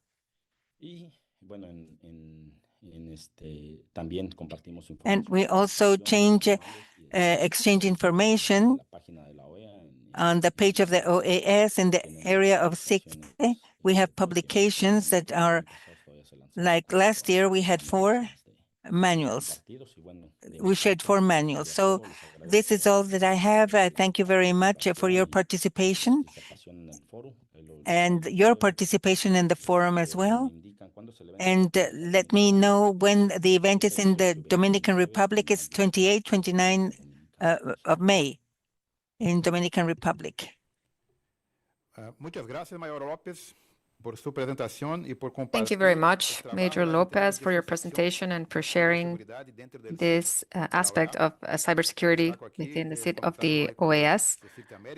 I have to highlight also the explanation that you gave us about the topic of threats, cyber threats, also your model of maturity of threats. This has been very interesting and aligned with the topic of the proposal that we have here in our seminar. The IADB, let's hope that they have, with the CID together, an opportunity to work together in benefit of the hemisphere security.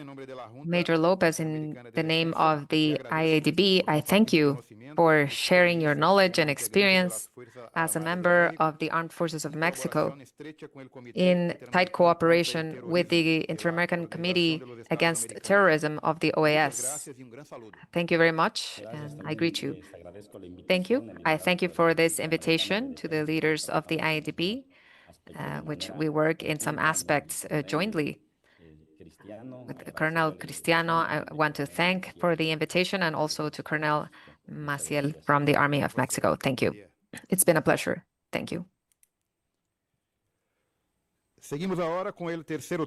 Now we will continue with the third topic, which will be addressed by Commander Magno Iván Vargas Guevara from the Armed Forces, the Air Force of Peru, which will be offering a presentation on the development of cyber defense in the Air Force of Peru.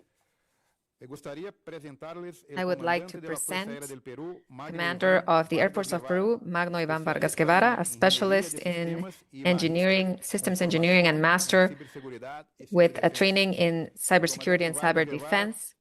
Commander Vargas Guevara has a very good curriculum in the topic of military defense, and also in the cyberspace area of Peru. Its studies include a master in cybersecurity and cyber defense in Spain, as well as systems engineering and aerospace administration. He has represented the Air Force of Peru in multiple exercises in multinational, very high-level events, such as Cyber Chill and cooperation events with the South Command of the United States, the National Guard of West Virginia, and other institutions. I leave you with Commander Guevara. Good morning, everyone. This is Commander Vargas from the Air Force of Peru. For us, we are glad to participate in this event. Receive greetings also from our General Commander, Mario Contreras Leoncardi, and also the cyberspace commander, Major General Mariano Rodriguez. This presentation, we're going to present how the Air Force of Peru has been developing its capabilities of cyber defense in compliance with the cyber defense law, which was stated in 2019, and the implications of different changes within the organization to be able to comply with the requirements that we have. With no further ado, I will begin the presentation.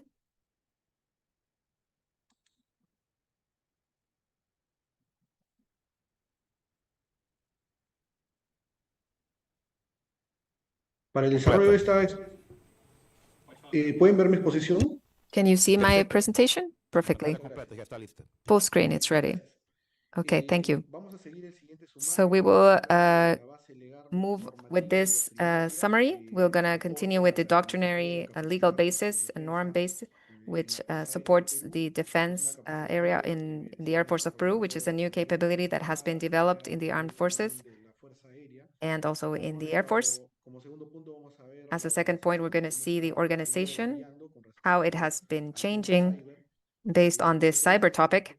And then point 3 is the personnel acquisition, because in the Air Force, we don't have a specialty, a cyber specialty, but the personnel that is working in this area are from different specialties, for which we have prepared a course.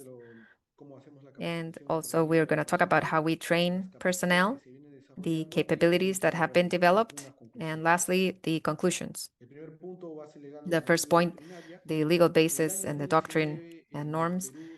In 2019 in Peru, the law 3999 was published, which is the cyber law, and it assigns responsibilities to the armed forces and the joint staff so that they do military operations in the cyberspace in order to protect the critical assets, national assets, and key resources. This law says clearly that at the beginning, the protection of key resources of our country is in charge of the operator, then it is the responsibility of the sector, and then when these capabilities are overcome, then the armed forces come in. So this is why certain capabilities need to be developed. Since 2019, then, in Peru, the armed forces have this responsibility. Therefore, the joint staff and the 3 forces that we have, the Marine, the Air Force, they start doing different organizational changes to be able to comply with the dispositions of this law. In 2024, the rules of this law were published within the different points that it contemplates. A very important aspect is that there needs to be 4 types of capabilities that need to be developed. The defense capabilities oriented to the protection and prevention of different attacks that may happen in our critical infrastructures, the capability of to look for information from different sources and to prevent attacks which could happen to these infrastructures. Also, the capabilities of response in case that we're being attacked, and the cybersecurity of our critical assets is being made vulnerable. And then the capability of digital forensics, so that we can see once anything has happened, we need to see what was the surface of the attack, what aspects were involved, and what was the magnitude of that cyber attack. In accordance with the law and with the rules, also the Air Force of Peru had to modify its rules because the current law of the Air Force of Peru is from the year 2012, and it wasn't contemplating the cyber topic. It wasn't contemplating a security of information. This was just assigned, the responsibility was assigned to IT, but there was no cyber defense aspect there. So with this modification in the rules of the Air Force of Peru. Now it is included, this cyber part is included within the functions of the Air Force of Peru. And also, it also says that the Air Force of Peru is contemplating its activities within 3 domains. In Peru, in the military part, we handle the terrestrial, the maritime, of course, the space, and also cyberspace areas. So with this modification that we had, the Air Force of Peru has now capabilities in 3 domains, in the aerial, in the space, and the cyberspace domain. Also, with this law of the year of 2023, a new command was created, which is the Cyberspace and Space Command, which is in charge of conducting operations in the space and also in the cyberspace. And also a specialized unit, a cyber unit was created, which is the Center of Operations, Cyberspace Operations, which does the operations in the cyberspace. So at a legal level, we have these 3 big departments that are guiding the orientation of the development of the defense capabilities within the Air Force, the law, the rules, and now the rules on the Air Force of Peru. So at some point, also the Air Force, the law on the Air Force of Peru will also be modified to include all these topics. So in the doctrine, we have the basic doctrine of the Air Force of Peru, which is from 2021, and it does contemplate the cyber parts. It contemplates the development of 3 capabilities, operational capabilities. We're talking about the main capability, which is the cyberspace control. And as part of the cyberspace control, we have the operational capability, which is the cyber control, which has 3 different types of operations: defense, exploitation, and also response. Also, we have a doctrine, an operational doctrine, which is the doctrine of cyberspace operations, which details how the operations are carried out in accordance with what is established in the law and what is established in our basic doctrine. As a second point, we're going to see how the establishment of these new norms has caused that within the Air Force, different actions had to take place to modify the organization, which didn't contemplate the cyber part before, and to do so different changes in different units and dependencies, which had within their structures the development of these capabilities. And so there was a need to change, to create this new command, which is the Space and Cyberspace Command, and also the creation of the Cyberspace Operations Center.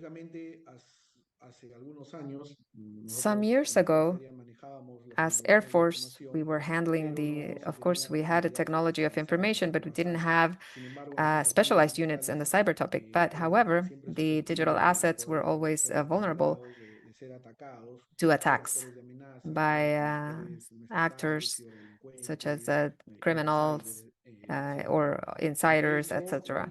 So based on that, so 2 units of the Air Force of Peru, the intelligence and also the IT departments within their structures, they adapted these cyber capabilities to develop them because there was no specialized unit. So this is how these 2 units, the intelligence and the IT, created sections and departments that needed to be in charge of this cyber area within the Armed Forces of Peru. So this is the organization which has changed. So the intelligence direction, it creates within its structure the Department of Cybersecurity, which was in charge of looking at cyber intelligence and cybersecurity. So it was necessary to have a unit to oversee these topics because they were starting to look at attacks, different vulnerabilities and risks which may affect our technological infrastructure. and also the intelligence department, which is in charge of information security, creates this department and starts to develop this capability. And then in parallel, the IT department within its organization creates the Department of Cybersecurity Operations and Cyber Defense Operations. And within the IT department, in the Department of SIMFA, which is the IT service, it's under the IT department, it creates the Cyber Defense Department. So this changes and it becomes the center of cyberspace operations. So the cyber defense that the IT department had within its department, then it becomes the unit which was called group of operations in cyberspace. So this unit was not depending on IT or intelligence, but was depending on a command of forces, which is the airspace control command. So the forces of Peru has two force commands, which do we have the operations command, which looks at all of the air and special operations and air defense. And on the other side, we have the space and cyberspace. So the IT department becomes the group of cyber operations, and the responsibility is placed on this command of airspace control so that they are in charge of this unit. Then this unit becomes just a department until the law and the rules of the law are published, and then the new unit is created, which is the Space and Cyberspace Command and the Center of Cyberspace Operations. This is what I was talking about before. So this is the current organization that we have now. It has two force commands, which are the line organisms, which do the mission activities of the institution. We have the operations command, which looks at all of the air part, the special area. And also we have this new force command, which is the cyberspace and space command, which has two units under it, which is the space and cyberspace, where we have this Center of Cyberspace Operations, which was born out of this Department of Cyber Defense, which was created in IT. And then it was the group of cyberspace operations, still in charge of the CONCA. And now we are here, the COMEC. We have now the COMEC, which is the Space and Cyberspace Command. So we can summarize it like this. At the beginning, there were no specialized units, cyber units. And then the intelligence and the IT unit, they created units within their organizations to be in charge of that very important work, to face different threats and risks that exist. And then the department within the IT system is created as a cyber defense department, and then becomes a unit, which is the cyberspace operations group, depending on the command, which is the aerospace control command. And then it became the Center of Cyberspace Operations, always under this command. And then in the year 2023, when changing the rules and the law of the Air Force of Peru, then the Space and Cyberspace Command was created, and officially this unit was created, which is the Center of Cyberspace Operations, which is in charge of all of the cyber operations that are carried out within our institution.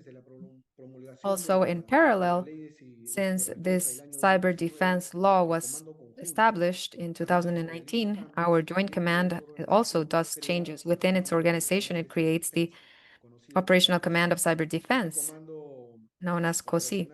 This Cyber Defense Operational Command, it is at the same level of all of the other operational commands that we had since a long time ago. And this command has three components. It has the component, the Navy component, the Army, and the aerial component, which is the Center of Cyberspace Operations, which was created, as I mentioned before, which depends on this cyberspace command. So if we see it as a summary, we can see here that the Center of Cyberspace Operations has two dependencies. It has two hats. So for the Air Force of Peru, it depends on the Cyberspace and Space Command, COMEC, and it also depends on COSI, which is the Joint Command of the Armed Forces. So all of the operations that this center carries out, it does them through three squads: the defense squad, the response squad, and the exploitation squad,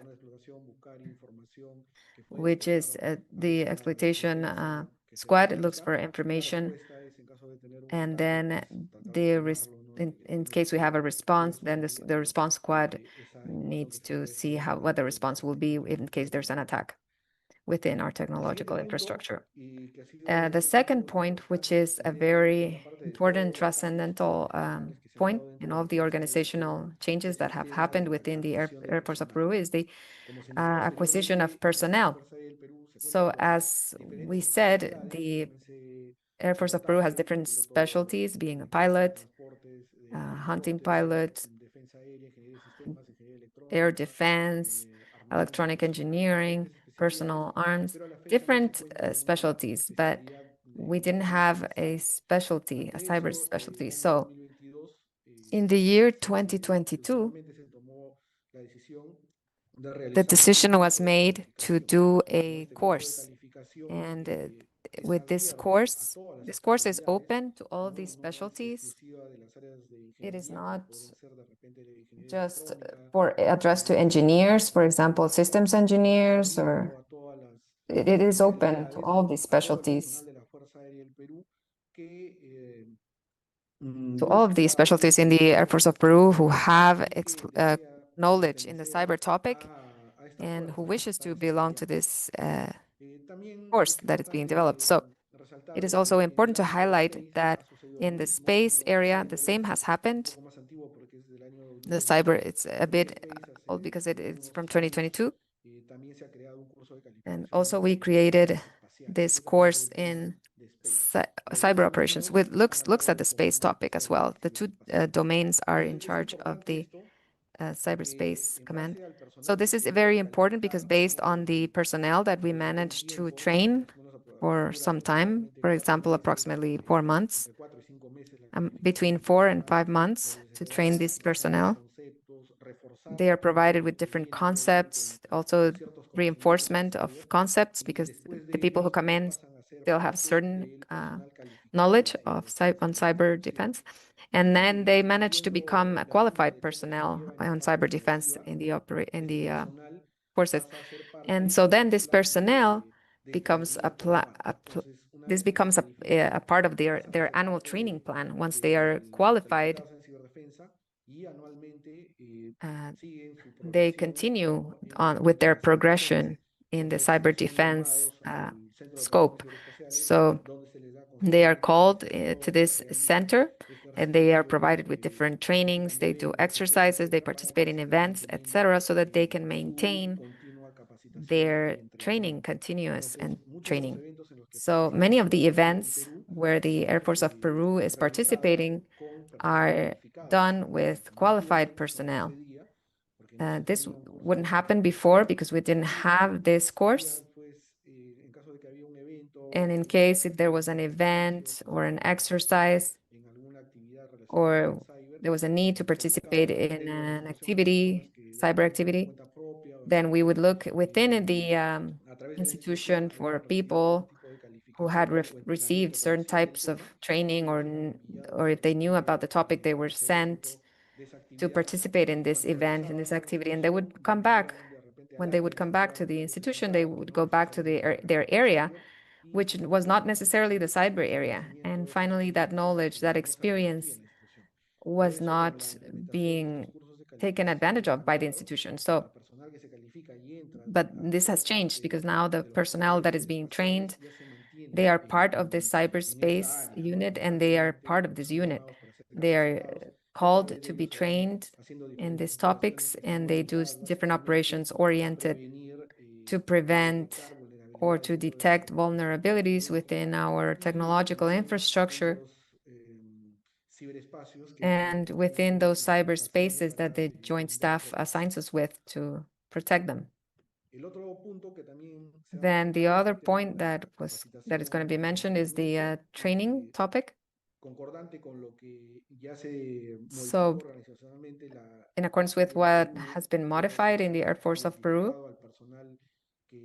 once we have identified the personnel who can belong to this unit, in coordination with the different schools, the different training schools, there's different courses that are being promoted, different courses that are oriented to officers, then to civil or so personnel, also the cyber defense course, different talks, different seminars are being made by specialists to the different units so that the whole personnel can know about the different risks and they can understand that the activities that they develop can avoid the damages from being caused, because we can invest a lot of money in preventing this, but if the personnel does something because they don't know, because of ignorance, because they want to be curious and at some point, and this might affect us. So constantly, this command of cyber defense does seminars so that the personnel is aware on the cybersecurity topic. Also, a very important thing is being implemented, which has been evaluated in the last years, is to have a legal personnel who knows about the cyber topic, because we had very few people who knew about this.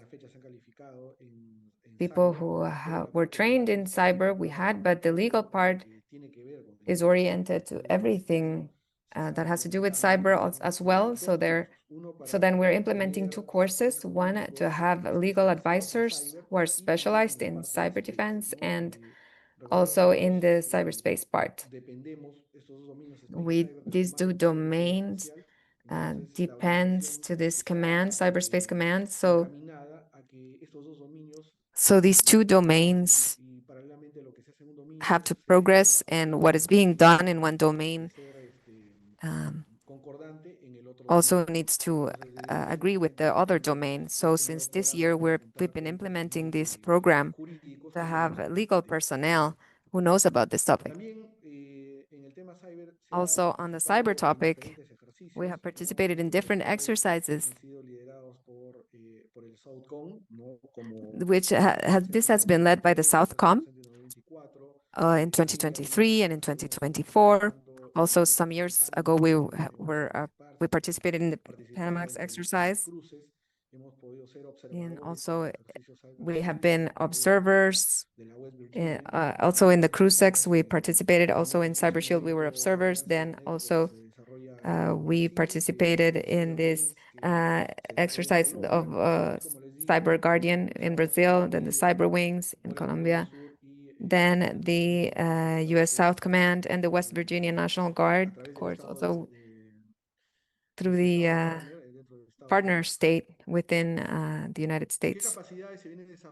What capabilities have we been developing within the Air Force of Peru through the Cyberspace Command and the Cyberspace Operations Center? We developed 3 capabilities and a 4th one, which has been included also in the law of cyber defense. So within this command, Cyberspace Command, we are focused on these 3 capabilities: the defense capabilities, which is done by the defense squad, which contributes to cybersecurity, detecting potential gaps in the security so that they can be alert and that they can take measures before a cyber attack. Also the exploitation squad, which contributes with the defense and response operations by looking for information in different sources, especially open sources, on different risks, vulnerabilities, and potential attacks which may happen. And then the response squad, which basically this is when we are an attack is ongoing so that we can stop that attack so that it doesn't continue. Also, we do vulnerability analysis through the defense squad, the search and identification of threats through the exploitation squad, this exploitation of vulnerabilities through the response squad, and also we're developing the digital forensic analysis. And this is in line with what is established in the cyber defense law, the rules specifically, which indicates that the armed forces have to develop these 4 capabilities. And lastly, we're going to show some of the conclusions. So cyber defense in the Air Force of Peru is essential to protect the digital systems, the communications, and the military operations when facing cyber threats, which are ever more complex. And it's not just to have teams and systems is not a guarantee for protection. We know that the Peruvian legal framework in the cyber defense topic has strengthened the institutional capabilities of the Air Force to act in the cyberspace and to protect critical infrastructure of the state, which is our orientation through this law. And the rules of the Air Force of Peru, what it has done is to modify the processes of our institution so that we are able to comply with what is established in this law. Also, the creation of specialized units such as COMEC and COCSE, and joint work with the COCID, which has allowed us to integrate cyber defense as a new strategical operational domain in our country. And as a 4th conclusion, we have the continuous training of personnel and participation in international exercises are basic to strengthen preparation and resilience, cyber resilience of the Air Force. Definitely. For us, it is very important, and many of the things that we have implemented within the institution have been based on this experience that we have acquired. Those of us who have been able to participate in events, in international exercises, and so we have brought that and we've tried to adapt it to our institution. Then the 5th is there's still challenges related with technological modernization, the specialization of the personnel and the development of capabilities on cyber defense. Definitely the cyber topic is not something static where we could just achieve a level and we just stay there. No, this is constant. We need to keep developing it in different ways. And lastly, we have the strengthening of cyber defense, which contributes to national security, digital sovereignty, and the continuity of the military operations in our country. So on my side, that would be it.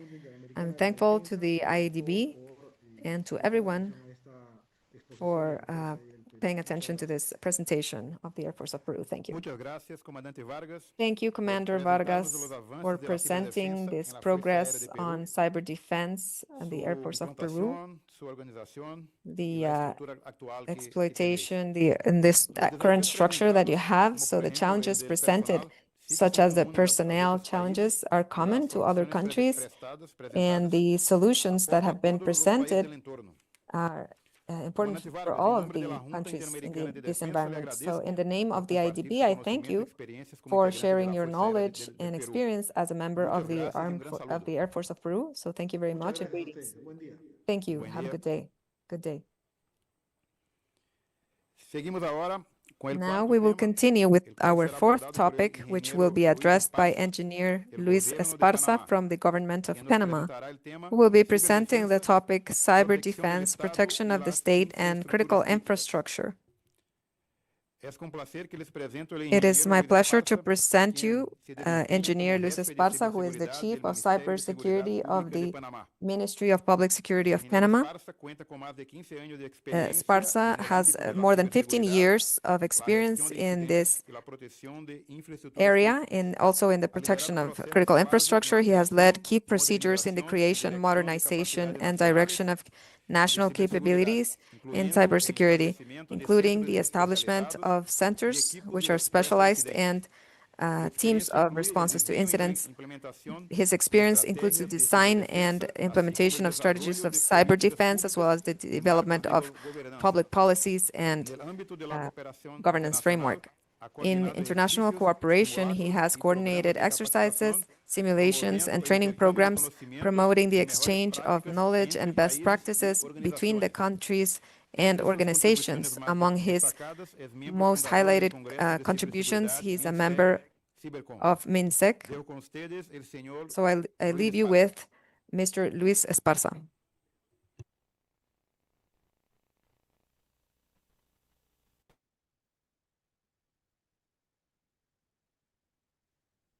Buenos días. Good morning. Buenos días, doctor Good Luis, morning. le oímos muy bien. We hear you very well. Perfecto, ¿ya me ven? Perfect. Can you see me? Sí, claro. Yes. Listo. Buenos días a todos. Okay, good morning to everyone. It is an honor for the Ministry of Public Security of the Republic of Panama to share with the IADB on the work that we're doing from Panama to build a national cyber defense structure. Classical domains in the land, air, and space, but it is also in cyberspace. So please allow me to share with you my presentation.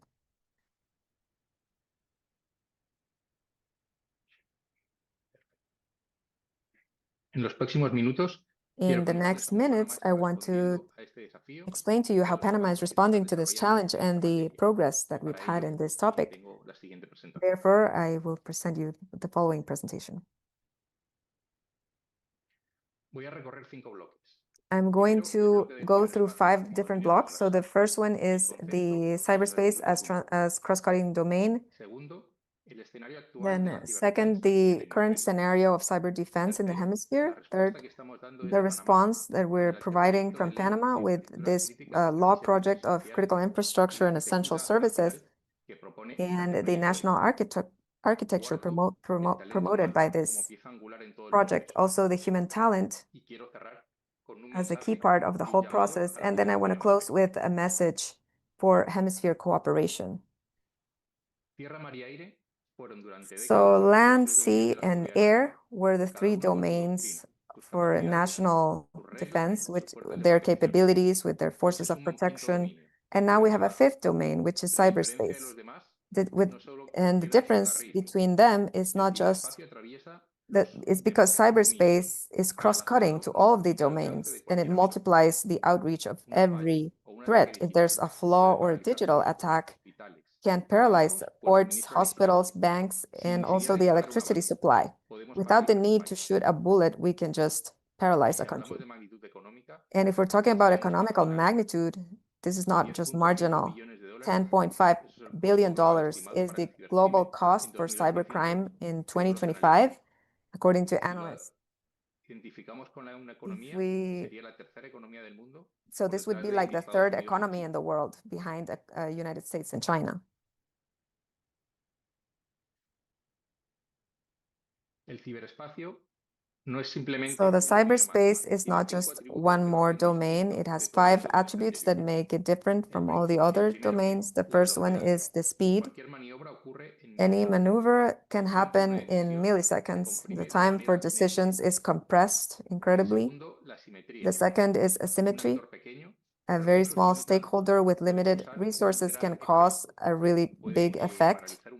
It can paralyze a country, and it can create strategic actions, and this changes the traditional or classical equation. Then the third is attribution. Our adversaries are operating under layers without identification. Is it a state? Is it a criminal? Is it a proxy? Is it a combination of all of them? The line is not always clear, and even though there can be identification, but it can be hidden behind countries who haven't signed international agreements. Fourth, the global reach. There's no borders or barriers to stop these. And then fifth is the dual character. The civil and military infrastructures are under the same domain. This is critical to understand why cyber defense cannot be thought of something isolated and independent from these other domains. The cyberspace has changed the classical rules of conflicts and of situations. Before we move forward, I want to make a central difference for our model, difference between cybersecurity and cyber defense. On the left, we have cybersecurity, which is tactical and operational protection. It takes care of confidentiality, integrity, and availability. This is the famous triad. It's responsibility of every public or private operator, norm compliance and response in their own environment. However, to the right, we have cyber defense, which is a strategic framework of the state. It is a way to address all the protection of the cyberspace. It is protection, it's prevention, detection, response, and attribution. It is the responsibility of the state to guarantee continuity when there's high impact events. In the diagram to the center, we can see this. So cyber defense crosses over cyber defense and national defense, but it is not confused among them. It is integrated. And the cyber defense, it is the wider field, which includes the fighting against cybercrime. So the cyberspace touches all the sectors and domains from the state. It is not just technology. If we stay in the nucleus, we're talking about cybersecurity, networks, applications, internet. And more on the outside, we see the information security, which is not just the digital world, but it includes documents, processes, and people.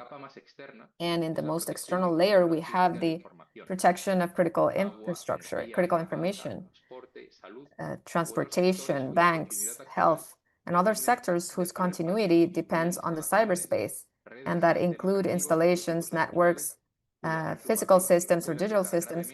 And if they are perturbed, it can affect the public security, the well-being of the population. And outside, we see the two external layers of the same area. Cybercrime we have on the one side, and cyber safety, which is the fight against crime and protection of people, specifically minors and vulnerable populations. So to think about cyberspace just as technology leaves us without a response for three things which are inseparable: national security, the continuity of the state, and the rights of citizens.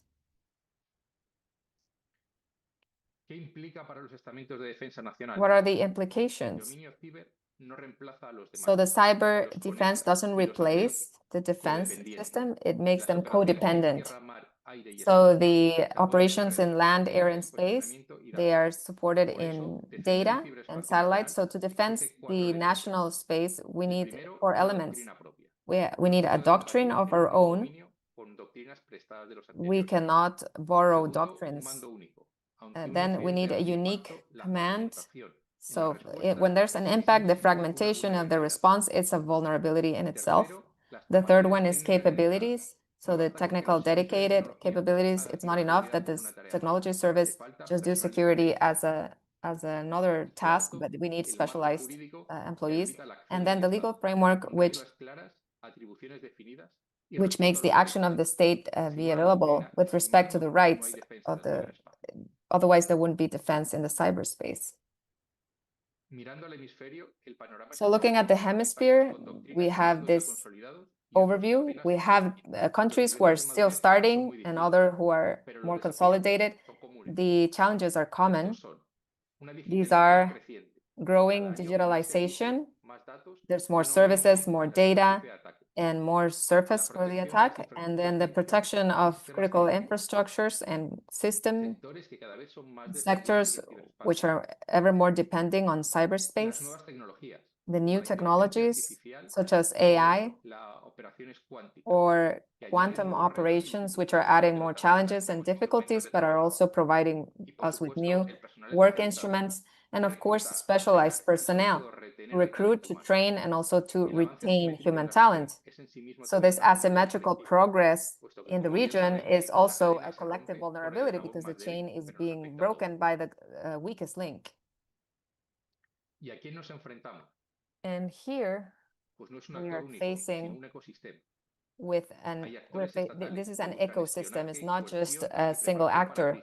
There's actors who are looking to spy, to coerce, and to prepare for crisis.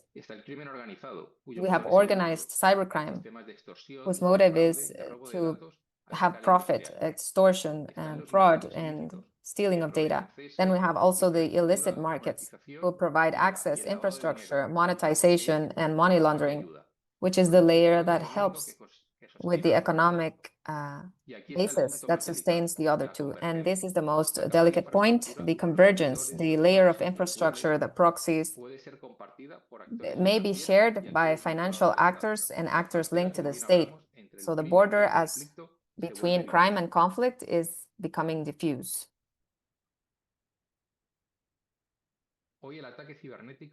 So nowadays, the cyber attacks are being sold as a service. This is what we're talking about, crime as a service. It has three links, the chain. So first is the initial access. So these are brokers who are selling stolen credentials obtained through phishing or other vulnerabilities. Then we have infrastructure, hosting, bulletproof proxies, servers of command and control, which are rented per hours and may disappear after an operation, making it difficult to locate them and their takedown. Also, we have the monetization, ransomware, financial fraud, laundering through crypto assets. So this is the operational consequence, which is clear. If the adversary is operating as a network, the defense also has to operate as a network to attack the full chain, not just an isolated link. This is not done by oneself. This needs to happen through cooperation and exchanging information. Now, allow me to tell you what we're doing in Panama. From the Ministry of Public Security, we have been leading in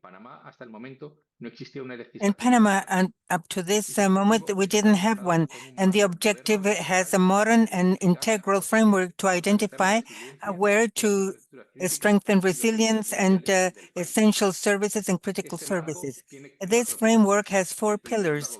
The first one is governance, a national policy, a single and coordinated policy for the correct duties of all the entities in the system. And second, identification, name the sectors and have a national catalog of critical services and the conciliation in one single registry. The third is cyber defense, with the creation of a national cyber defense as determining all the duties of each one, and fourth, supervision with a sanctioning regime and continuous improvement. And the central message is to meet with all cybersecurity entities, not replace them, but articulate them in a holistic way.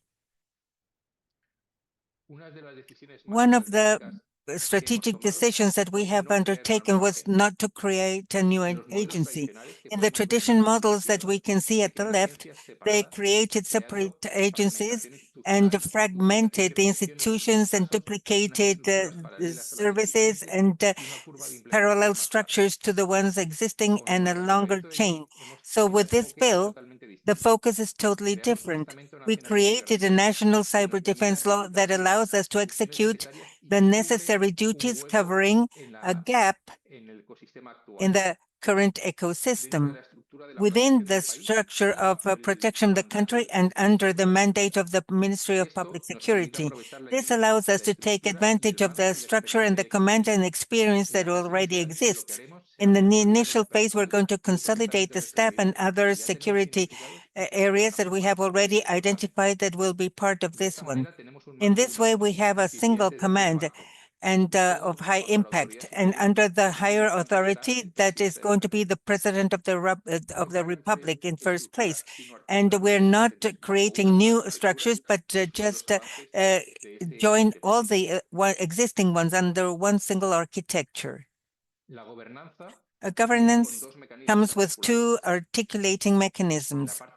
At the left, we see the Strategic Council of Critical Infrastructure and Essential Services, which is the national policy agency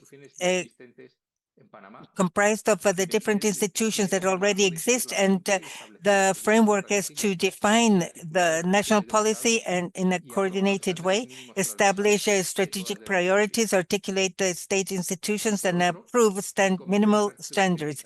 And that is going to be the operational command that will classify assets and comply and see to the compliance and for the monitoring of risks.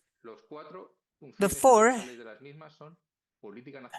are the national policy minimum standards and supervision. The Cyber Defense National layer has 6 technical capacities. The CSOC, that is going to be the National Center for Cyber Defense Operations, that is going to permanently surveil the strategic cyberspace. Then we have the anti-incident one. On the others, we have the forensic digital area that will provide legal support, and cyber security fusion center to see the threats and all the necessary operational assets. The fusion center that is going to integrate all the international, private, and state institutions that will work with the prosecutor's office and international organizations. The message is,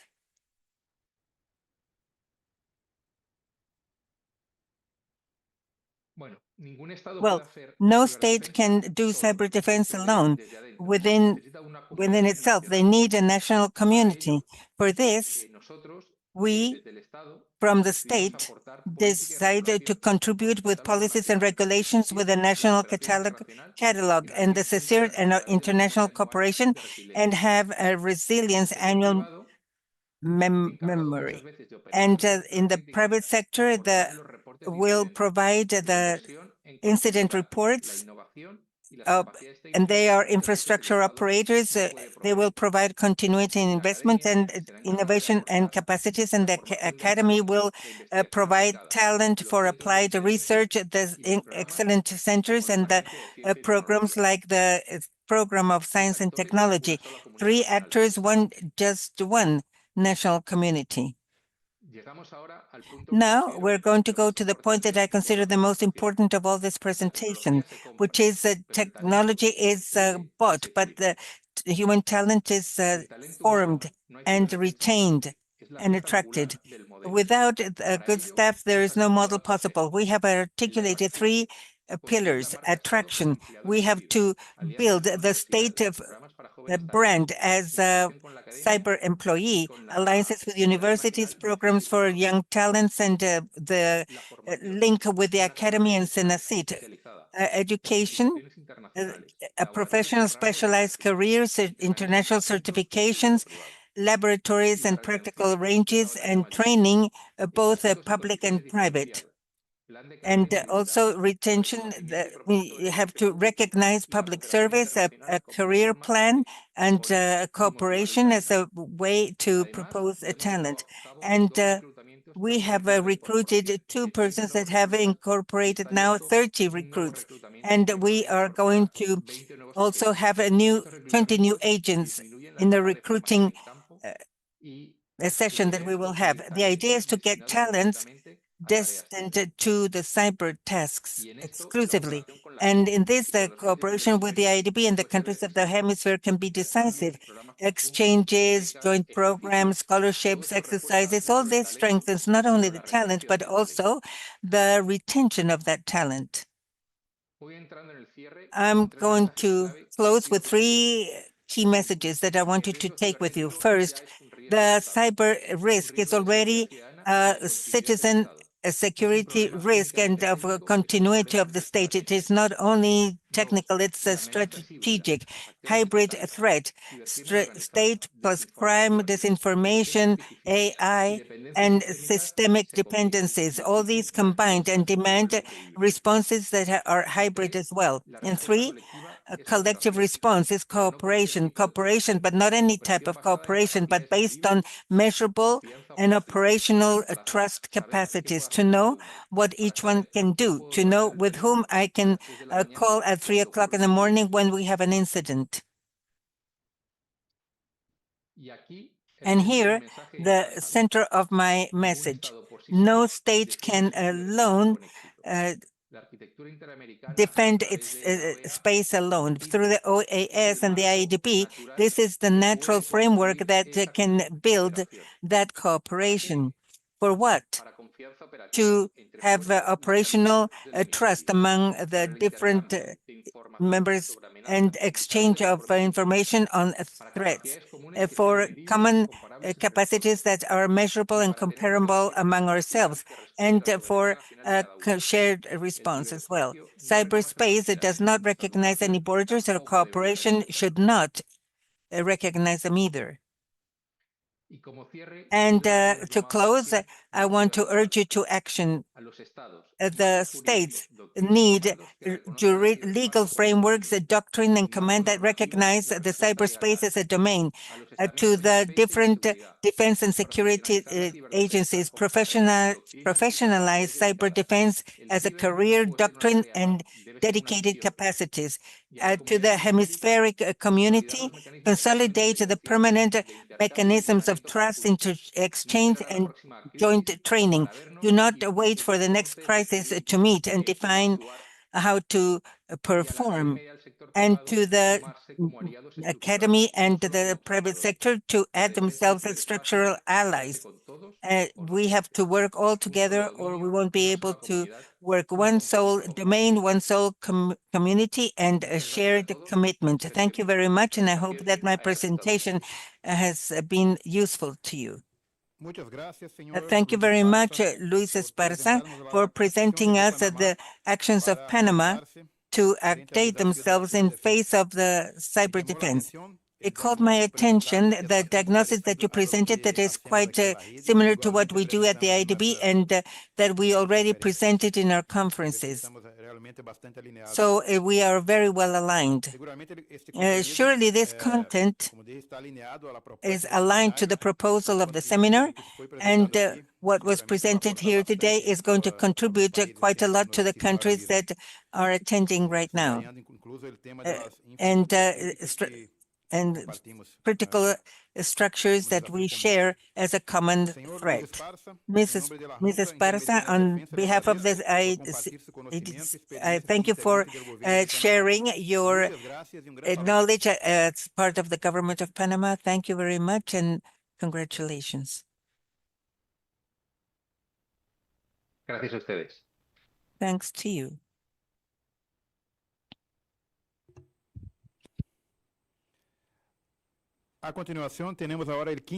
Now we have the fifth issue that is going to be given by Ramon Jauregui and Paraguirre of the War Navy of Peru, that is going to talk about the creation of the Peru in the Games of 2019. It is a pleasure to present the Captain Mijail Jauregui Paraguirre, Captain of the War Marine of Peru, specialist in cyber defense, IT, and cyber defense and cyber security. Captain Jauregui graduated from the Navy of Peru as in maritime sciences and also an industrial engineer. His academic participation is complemented with a master's degree in cyber defense, as well as studies, postgraduate studies in maritime strategy and cyber defense. And he has participated in the management of projects related to the development of information systems, integration of technological platforms, and the design and cybersecurity platforms and cyber defense.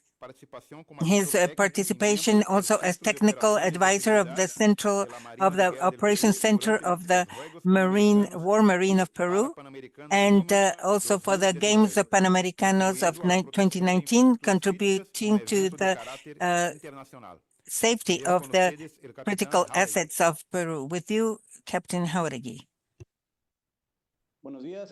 Good morning to all. Thank you very much for your presentation. I want to also send the greetings of the Command of Defense and the Navy, and thank the IADB for giving us this space to transmit an experience that is of pride for all those that participated. I'm going to present it right now.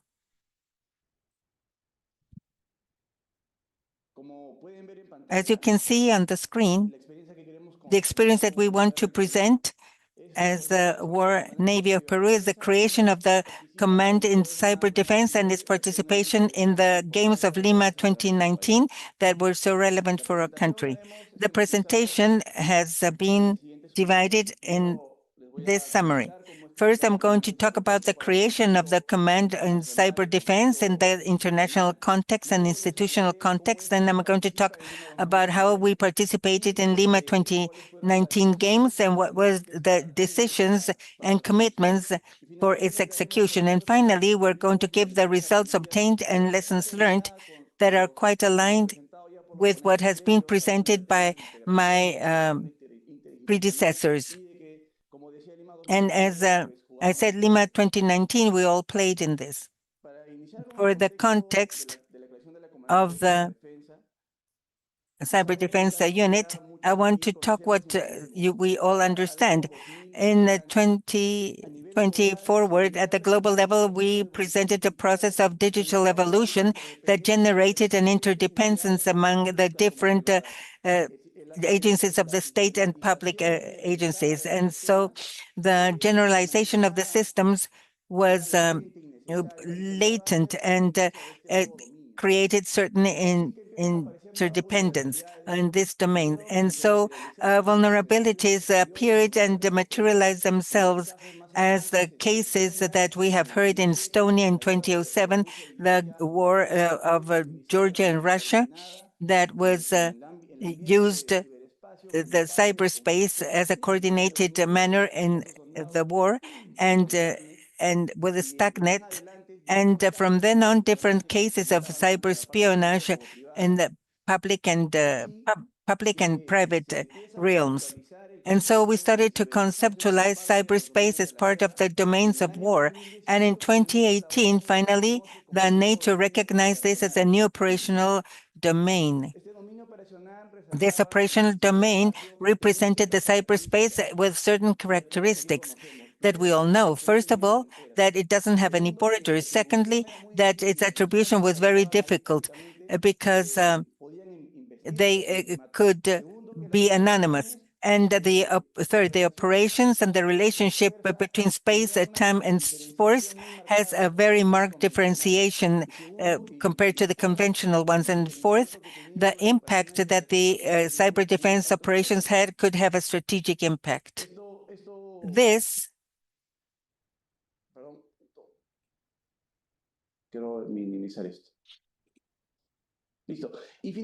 and finally, that the actors in cyberspace were both state and non-state ones. This problem evidenced the need of having operational capacities, both defensive and surveillance and recognition in cyberspace to be able to update ourselves. And so we started to create different entities, military ones, to have capacities and implement them in the military realm. And the United States in 2009, and closing with the incorporation of the Center of Specialization in Cyber Defense in 2018. This context is a global problem that promoted the cyber defense. And in the Navy, we tried to generalize the network and our participation at that moment. We had a network that was duly structured and complied with its function. The staff was duly trained and was also willing to operate in cyberspace. And the Navy of Peru is recognized in the country and appreciated by the other armed institutions. This gave us the opportunity to be able to lead the change and implement cyber defense at the state level and acquire a capacity that was exponentially superior.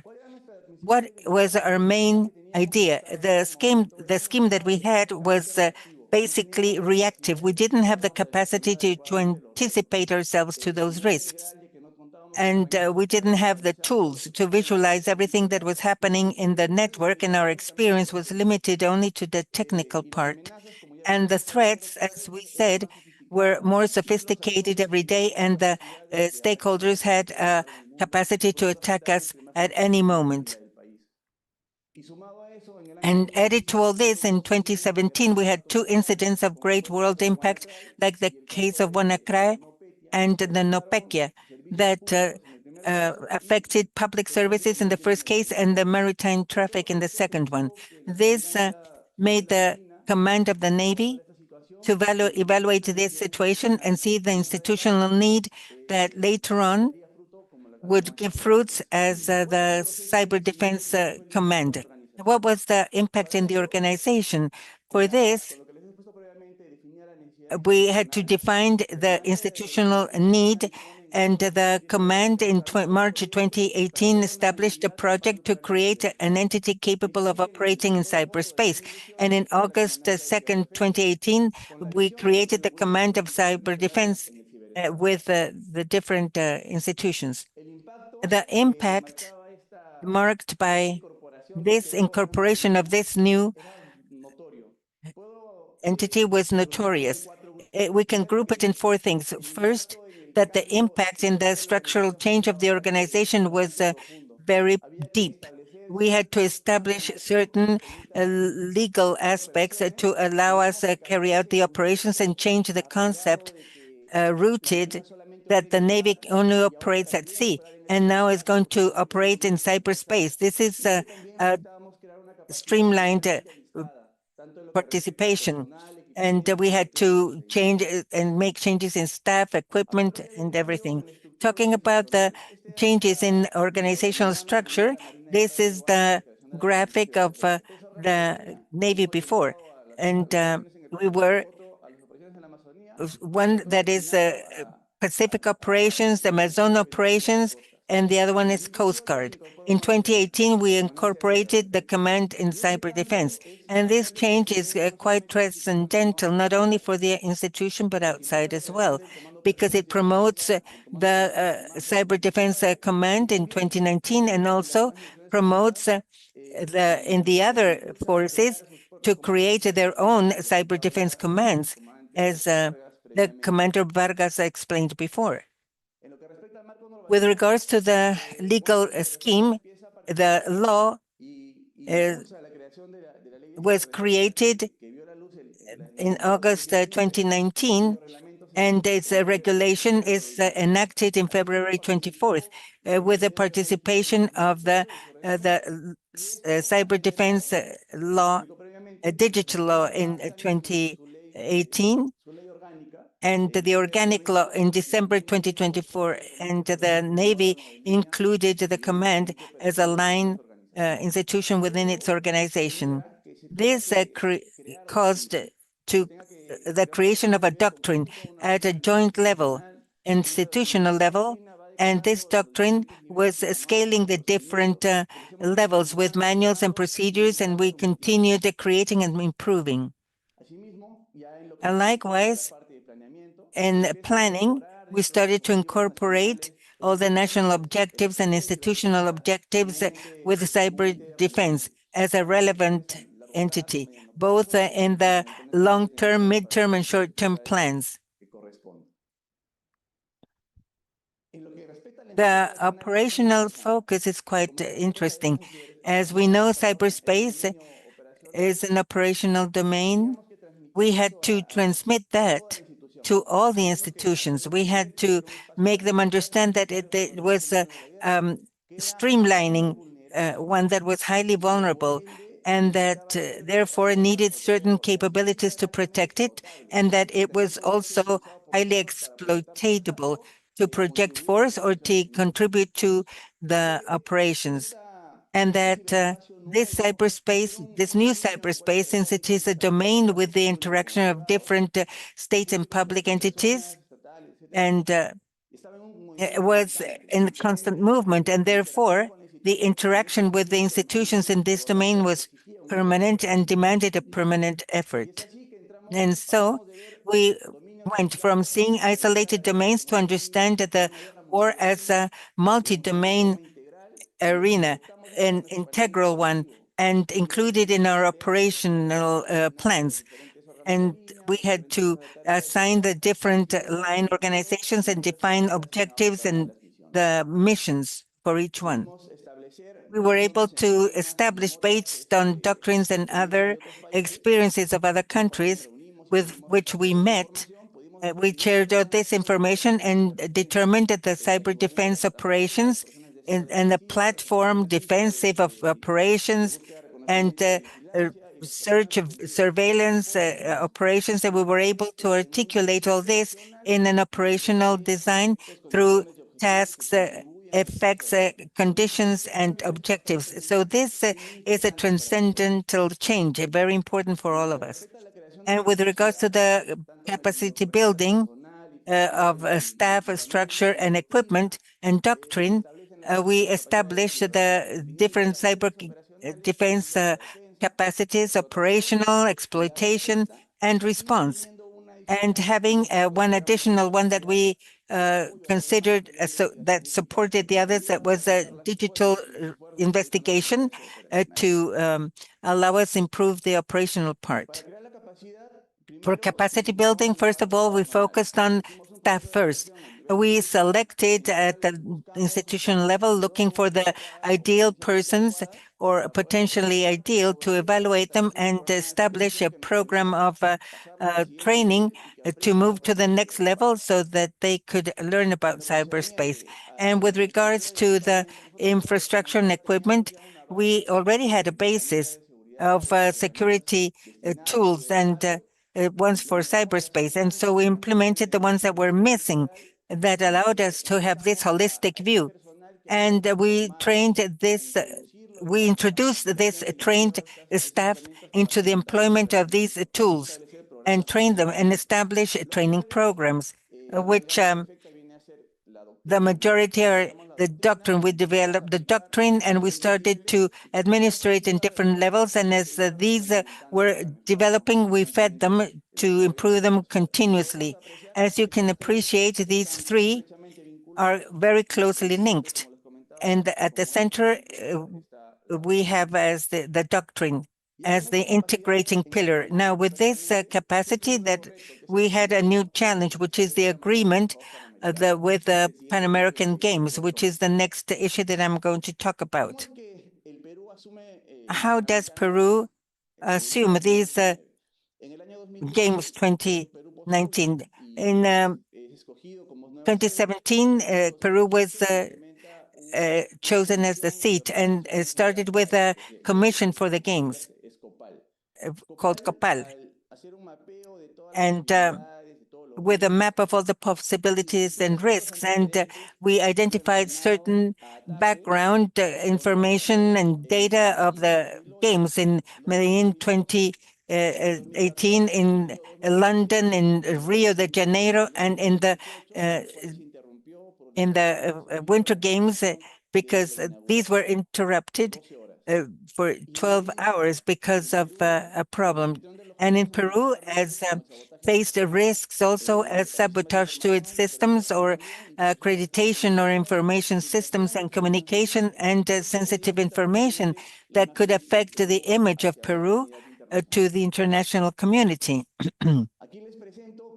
Here I'm showing the scheme of the systems and services that Lima 2019 had. As you can observe, it is quite complex, with many platforms of information and systems that handed a hybrid system that went from the applications deployed in the field for the registration of times and marks with very sensitive devices. And this information traveled to an infrastructure where it was consolidated and was presented and processed, and logistical systems for transit management and also lodging of all the participants, and other support systems like the live transmission. So there were multiple channels with different disciplines in real time. And all this effort meant a series of information systems interacting in real time. And the image of Peru depended on all this as the host country. As you can see at the right, there were about 54 integrated services linked among themselves. So that was a great challenge for us. And what is the route that the operation followed in the Pan American Games compared to us? Well, as I said, at the right, you can see the process from the institutional vision to the capacity building in 2019. To the left, you can see the process of selection. First, Copal carried out a study, an institutional study, and a general one to see who can be the ally to carry out the cybersecurity in the Pan American Games, and selected the Navy War in 2018 and established and formulated a framework agreement that we already had, and to add the clause of digital security. And based on this that was already established, we had a specific agreement among the institutions for digital security, assigning the War Marine the certain tasks. As you can see, on the left, we had an institutional commitment, and on the right, we generated our own cyber defense capabilities. But now we had a deadline, June 2019, in which we had to have a list to be able to employ it at the games for them to succeed. This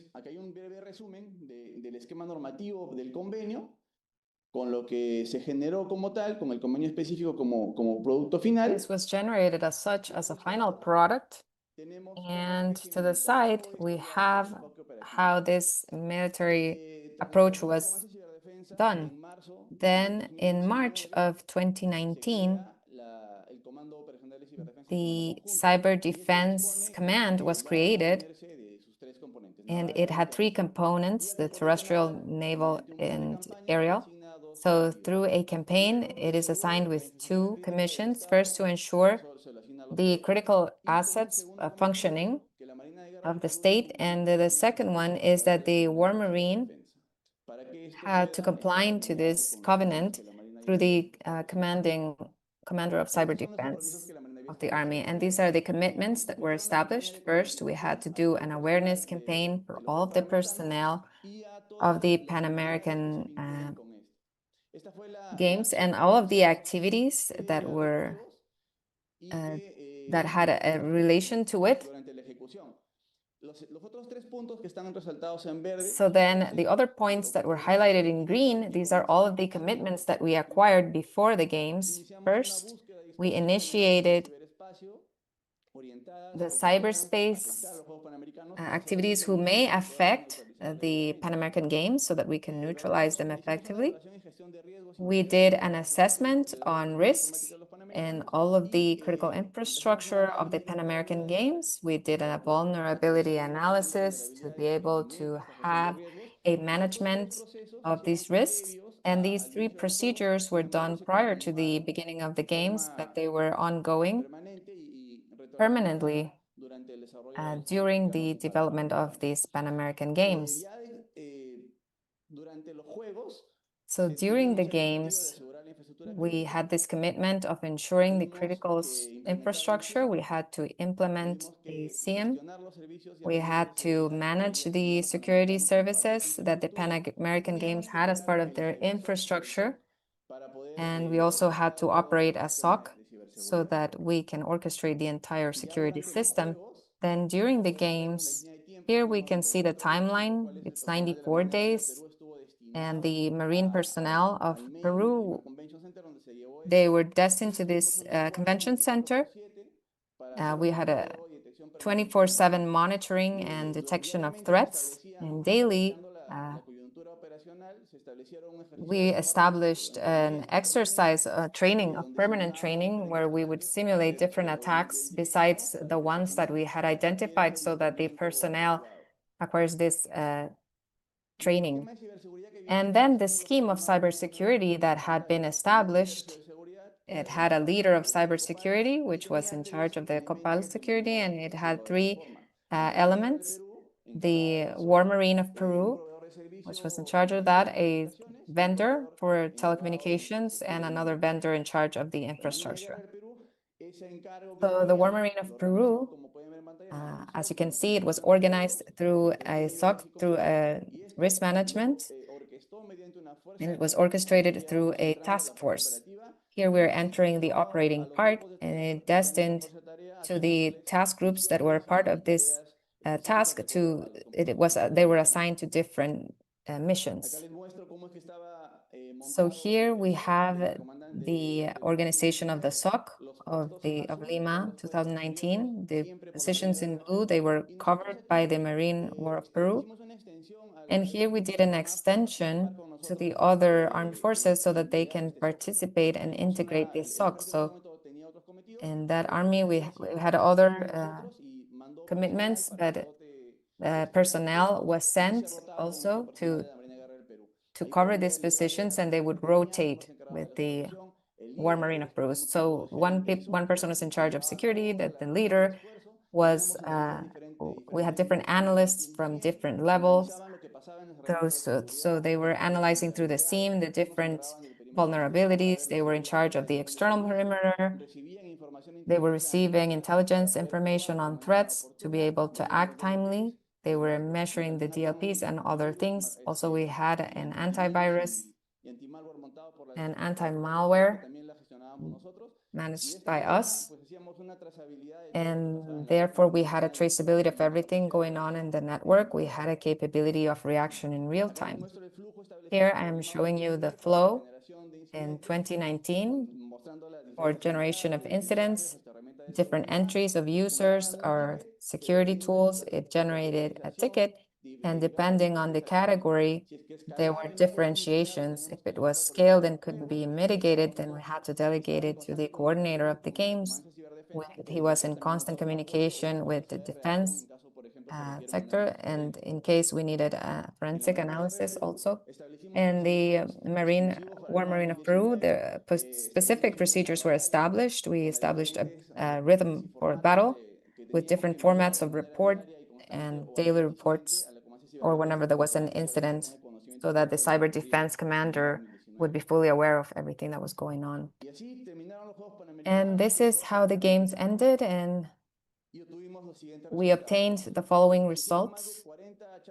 More than 40 talks, awareness talks were given. We identified 7 potential threats, and we were able to neutralize them on time. Then the risk management and vulnerability management was a success because we could neutralize everything, and we would anticipate future incidents. We complied with what was assigned with the national critical assets. They were protected. And as part of the SIEM, when we implemented this in the Marine, it took some time because the network was in production. There were different vendors, and the integration was a bit long. In Lima 2019, it took 25 days. So the reasons why this happened is because the network was a virgin network, sort of saying, and it didn't have enough flow of users, and this would facilitate the visualization, the personalization of the patterns of analysis. Then also, we did the testing of the security of the infrastructure adequately, and we elevated the incidents to the corresponding channels, thereby being coordinated with Astelcom and with the vendor. And as I was saying,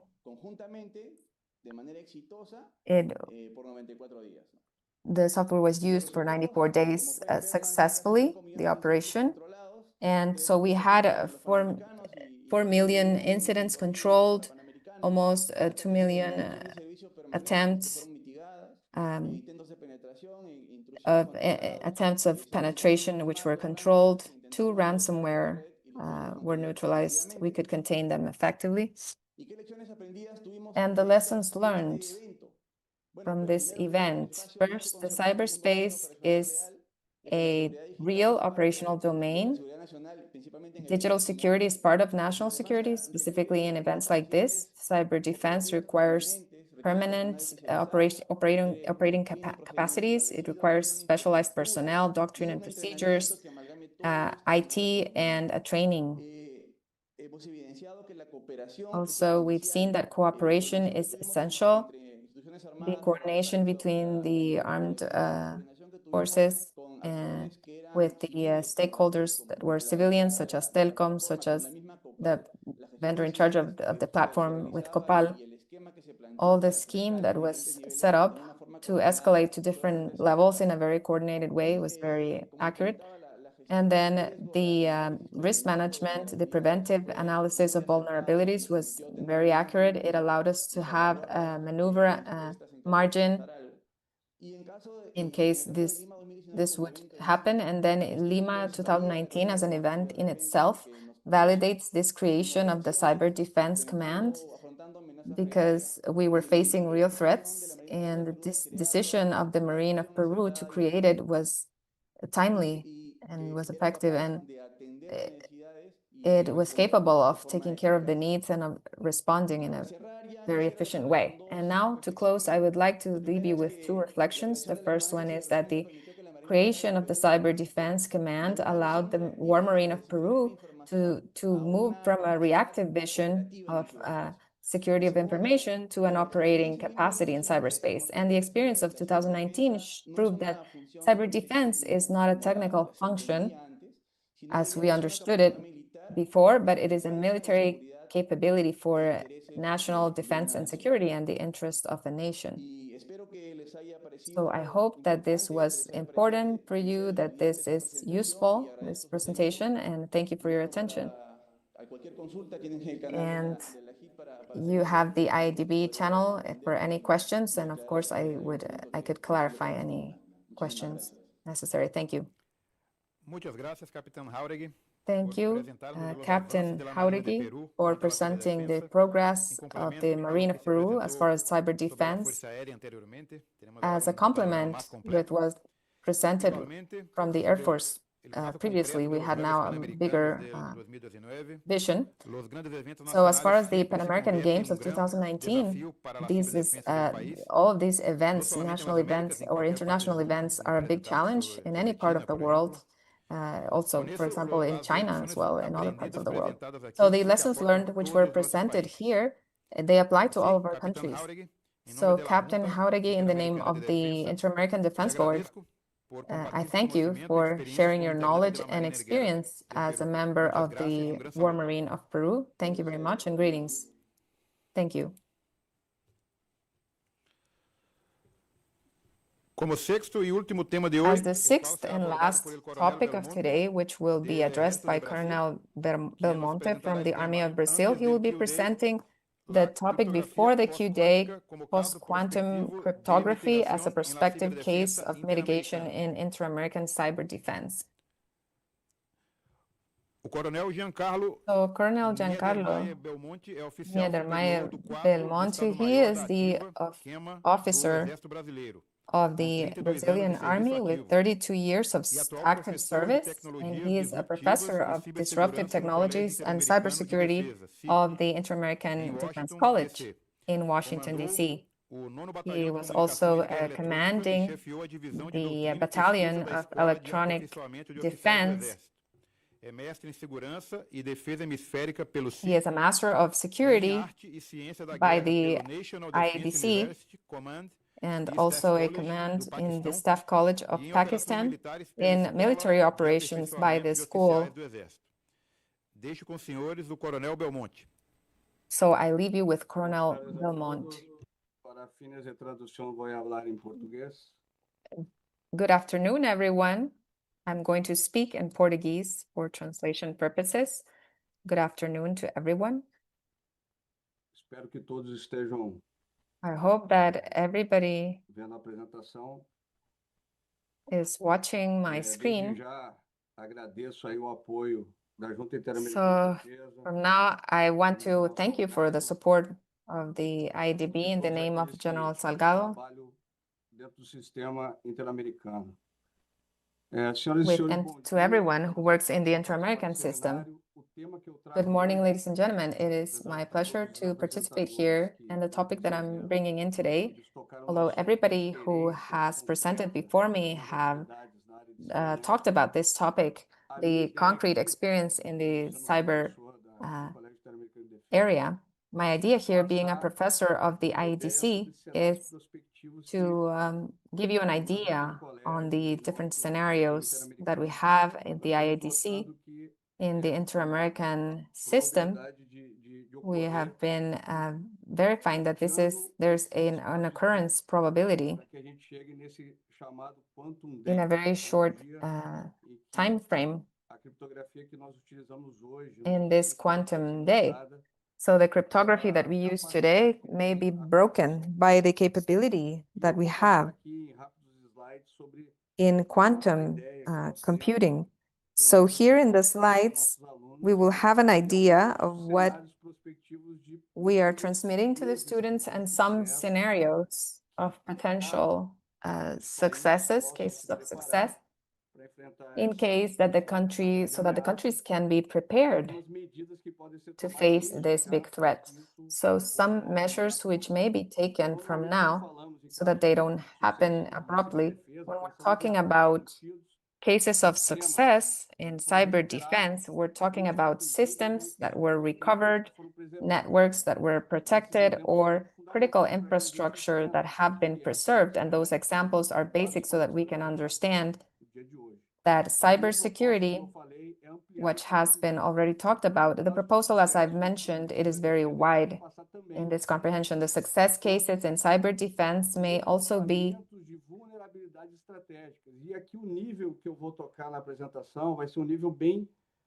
an analysis of strategic vulnerability. So we're going to talk about here at a strategic political level. I'm not going to go into the technical part, as some presenters have been focused on. So I'm going to be focusing on potential public policies which may be necessary at a regional level or national level, so that the countries can start taking some plans towards some threats. So in this sense, cryptography, post-quantum can be a potential tool in order to mitigate this problem of the anticipated arising of quantum computing, and also the breaking of cryptography within the systems that we use. I'm going to talk a little bit about this. So this is not a technical term, but it is an agenda of institutional resilience, anticipation, and inter-American cooperation. And the message is just this: to mitigate the crisis before it occurs in a cooperative way. So in this way, before we begin the cases of mitigation, it is necessary to understand a bit about what is this quantum computing, which can be a threat. It is a change in paradigm which uses mechanisms of quantum mechanics. I'm not going to go into the technical part of what it is, quantum mechanics, I mean, but one of the skills is the over-positioning of something that was dealt with as a computing part, bit by bit, or a series. Within the quantum mechanics, it is possible to use information, overlapped information, one on top of the other. So this increases exponentially the capability of processing data. This is what can threaten what exists today, which has been built as of today. So in the cryptography field, when computers are advanced, they can solve mathematical problems, which maintain a good part of the cryptography. We have whole numbers.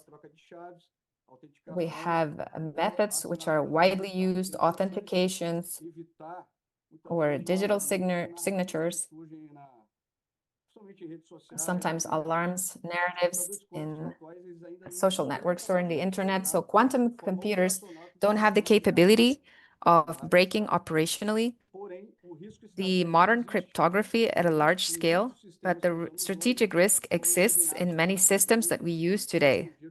They were developed for patterns that arose in normal computing, normal computers that we use in our homes. So the question for cybersecurity is this: when will this capability arrive? And the most important of these is, how long will it take so that we adapt our systems before this capability exists? So here is exactly where I want to talk about the adaptation that a country needs to have if they have problems that they have inherited in the traditional system and countries that are far more advanced. So then we have to look to the countries that are far more advanced who are looking to mitigate their problems. And these are the points where we can do this cooperation in order to mitigate these problems in an anticipated way. Therefore, within the theory of cyber defense, as we have a way of attacking the problem in a reactive way, the cyber security problem, and then to the left we have the reactive logic, which has been proposed by norms, which is the American Institute has different patterns that need to be followed within the United States and that sometimes are used outside of the United States. This is the reactive logic to detect the attacks, to recover the critical systems, and to preserve the essential functions. This is indispensable for cyber defense or cybersecurity. And then to the right, however, we have a logic of anticipation, and this is where I want to focus. And those countries which are far more advanced and the countries who are still in development, where can we cooperate in mitigating the problem? So the post-quantum cryptography is one of those tools that provide us with this anticipatory success, because it doesn't need to use the quantum computing to be able to carry out this capability of anticipating and defending itself from different attacks which may come up. The attack still hasn't happened at a bigger scale, but the vulnerability is known because it is due to public policies which haven't been implemented by the countries or a regional way. And some countries have transitioned and we have adopted certain concrete measures. So I'm going to address each concretely. So the norms that have been established and the capabilities that the countries can take and how they can convince their leaders, their national leaders, so that they can implement institutionally and nationally these measures or public policies which may mitigate this problem. Particularly important because at a political strategic level, we're not dealing with technical issues. We're dealing with strategic advising or political advising, which some of the advisors, and this is the goal of the IADC, to train advisors so that they can understand the vulnerabilities that exist currently right now, so that they can convince within this methodology, they can convince their leaders, be they national or international, depending on where they work, to apply policies that can mitigate these issues that we have nowadays. Without this knowledge, I'm not going into the technical part. So without this knowledge, it is very difficult to translate what is going on with the progress on disruptive technology to the leaders who sometimes don't have the technical capability to understand it. And the role of the advisors is this, to translate something which hasn't been understood so that it can be debated in different environments, and so that a leader, be it national or regional, can decide and implement those policies which are so necessary nowadays. And further ahead, I'm going to go into the main vulnerabilities, and then maybe someday also we can provide with, we can also be faced with a really big problem. So then we're going into the importance of cryptography, which exists and it is being implemented in different fields in our countries and in the entire world, even among countries in the international system. So cryptography is an invisible infrastructure. And it is not like a bridge, like a road, or an electrical installation that everybody can see, but it sustains a digital trust in the modern state. It protects military and diplomatic communications. It guarantees digital identity. It validates certificates. It backs up financial and governmental systems. It ensures critical infrastructure. And it provides legal values to digital documents. When a citizen signs a digital document and we used a bank, for example, processes an operation. In case of Brazil, it picks a banking operation when the government system has the user. The military communication is protected. There's a cryptography layer that guarantees this confidentiality and this integrity and authenticity, which are basic for information security. In fact, if the basis becomes vulnerable due to a technology which will break that link, the problem is not just technical, it is institutional, judicial, military, political. Cryptography, part of the trust of the state, is not just an optional tool. It is part of the access of transactions, be they economic, political, the exchange of military intelligence. It is part of the modern states. And if the digital confidence of the state is compromised, then also the public confidence may be compromised. Here we have in this slide some vulnerabilities that can be noted currently. The Q-day may be a moment, a cryptographic relevant moment, and the risk doesn't begin with the computer when the computer is viable. There's a threat nowadays among the government and the people who are acting in the cyber defense. The collection of data, this crypto block collection of data, this is a capability in the future.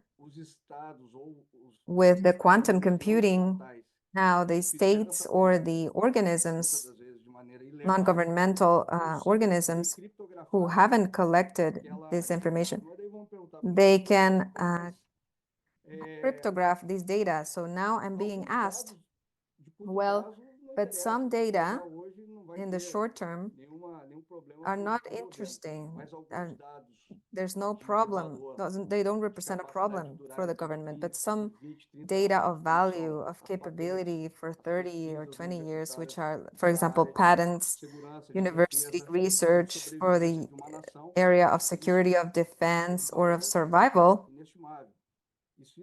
this is a value which cannot be estimated. And if it is in the hands of people who have the capacity of cryptographing the secret data, the security or the survival of a state may be compromised. So due to this, from now, the adversary can accumulate data such as military communication, financial or governmental information, and they may store it so that they can use it in the future.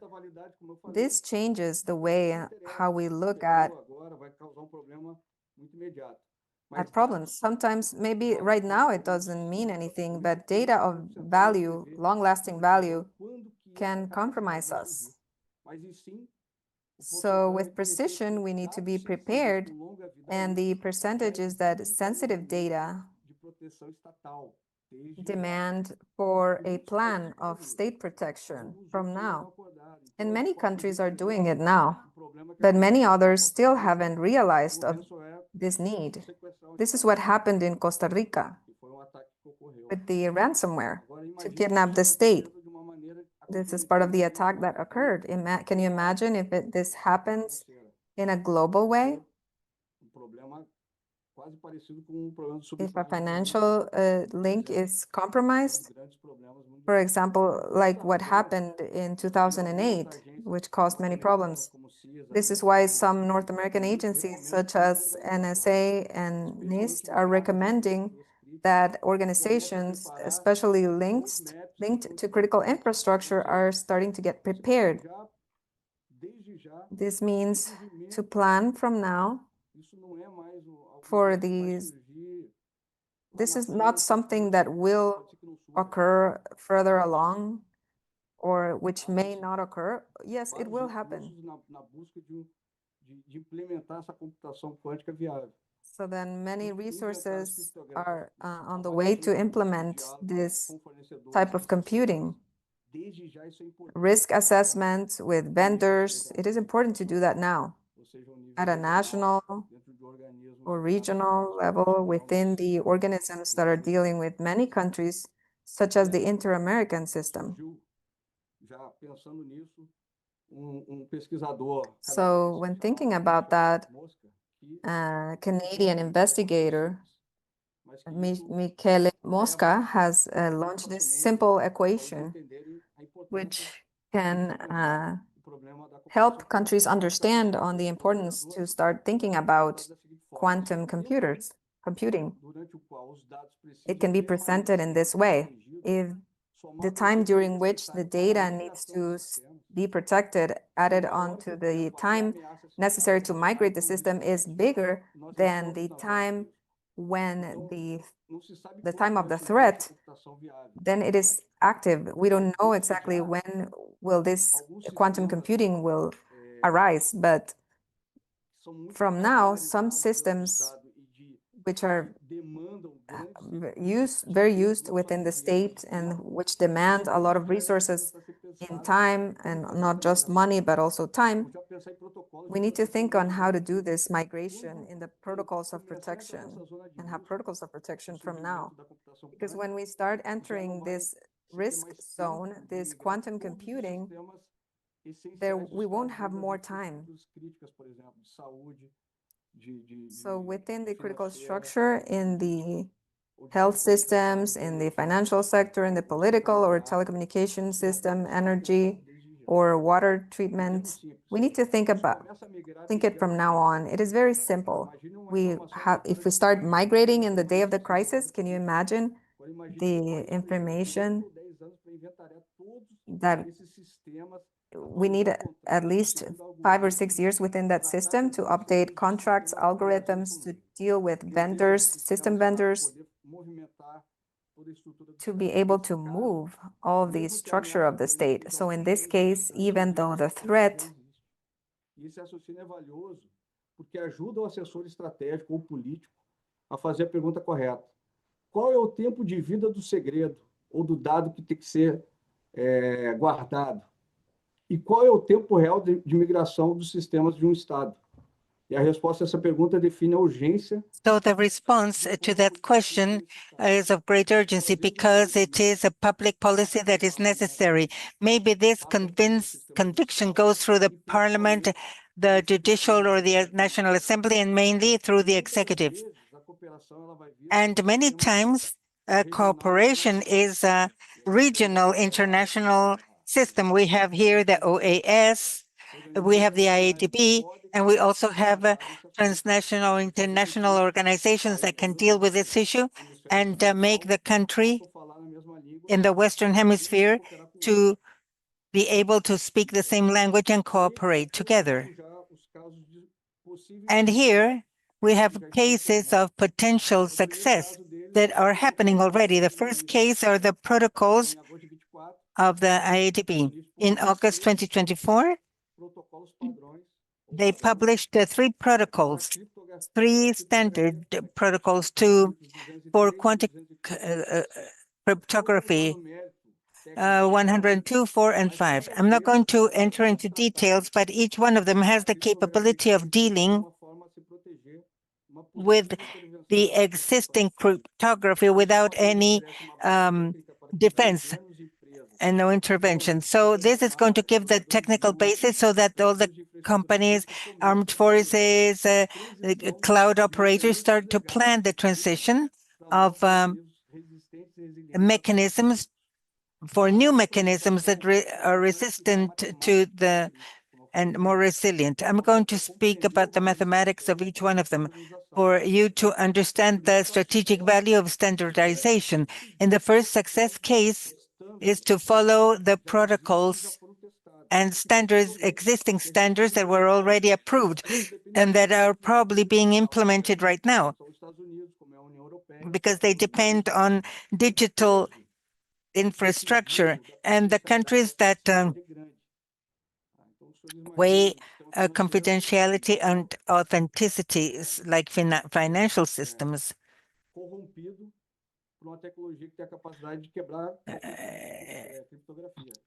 it's because it can they can break up with any cryptography, and the system can become completely unviable and generate a margin of operations, and each country has to look for its own solution.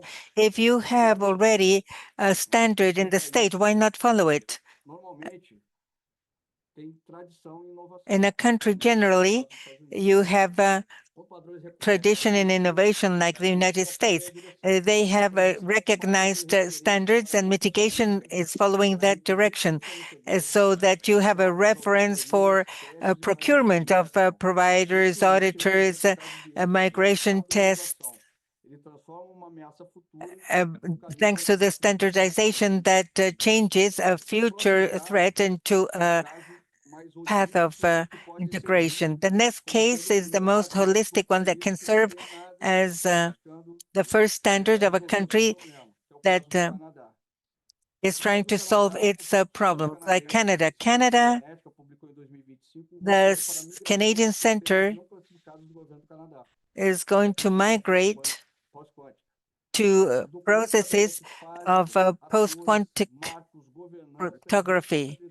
And this means that they will have to make changes in cyber security, and they are standardizing step by step what they have to do along a timeline to implement it to 2035. The case of Canada is the final end state of that country.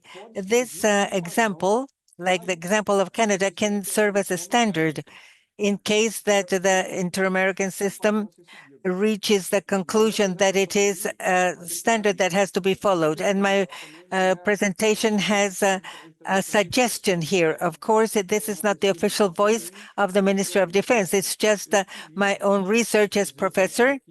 And I use these examples so that our future strategic advisors know the capacity to analyze in a holistic way several of these success cases that can be implemented or not at home. So, Canada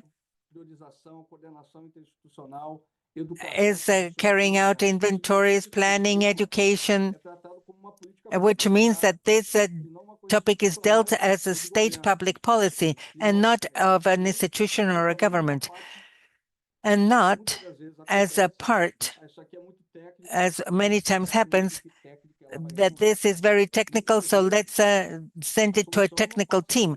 And many times the solution does not go through the technical part in its implementation, software, protocols. It goes through changes, cultural changes. It is to change the culture of several agencies, interinstitutional agencies, and increase cooperation among the different agencies to have an interagency environment. And many times it has to go through a public policy and possibly through a state policy that stays and becomes resilient to any government change. So the statement of the inter-American countries is clear: domain all the technical issues and organize a problem, identify the systems, involve providers, and governance, anticipated governance. Another case is the case of Brazil. And Brazil not only has the protocols that are already standard in the best practices of Canada, Brazil also implemented its authentication system that already exists. In our case, in February 2026, the education institution incorporated algorithms in the infrastructure and which are used already in several of the Brazilian systems. And the solutions and IT responsibilities and the DR platform for any system in Brazil within the Brazilian system, the federal system goes through the authentication of the ODR platform and system of the digital certifications, electronic signatures, and transactions with a legal value, and such, like the case of Brazil. Brazil has a mitigation form as well, but it is not the full response. When they provide standards, the state has the risk of digital signatures and future confidentiality. So it is important to continue with quantic cryptography for confidentiality.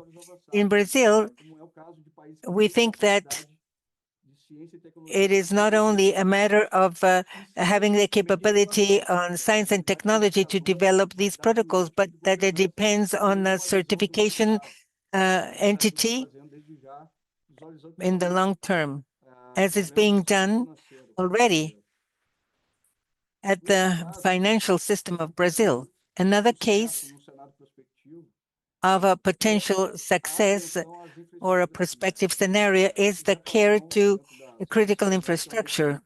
If there is a standard for quantic cryptography, it has to be considered.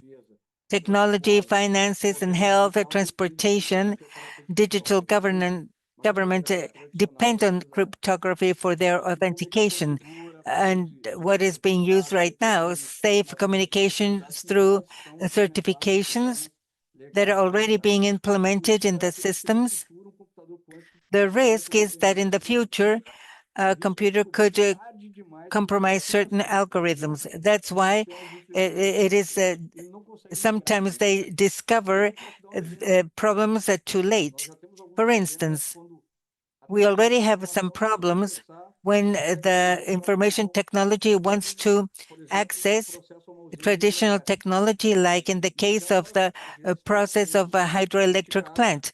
That is already being mitigated or reduced in the systems environment. And if we place a layer of protection in cryptography, we use the traditional one, but we need to think what is going to be that other layer and how it's going to be implemented if the systems have different access for the layer implementation. So we have to think about what we call the crypto skill or crypto agility that can replace algorithms that are not being used and update protocols and certifications without paralyzing the system. I cannot stop the production of energy. I cannot stop the health system of a country. I cannot stop the banking transactions of a country to implement a new system.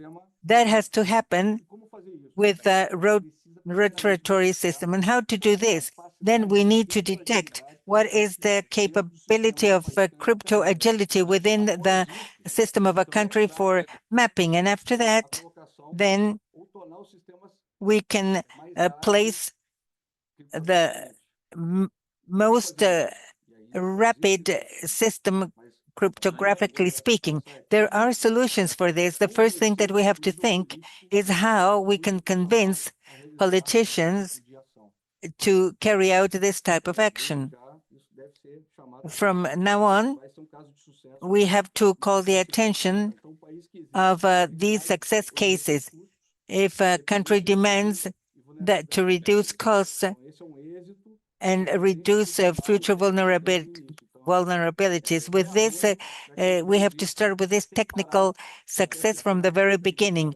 we have to fix what already exists without stopping anything.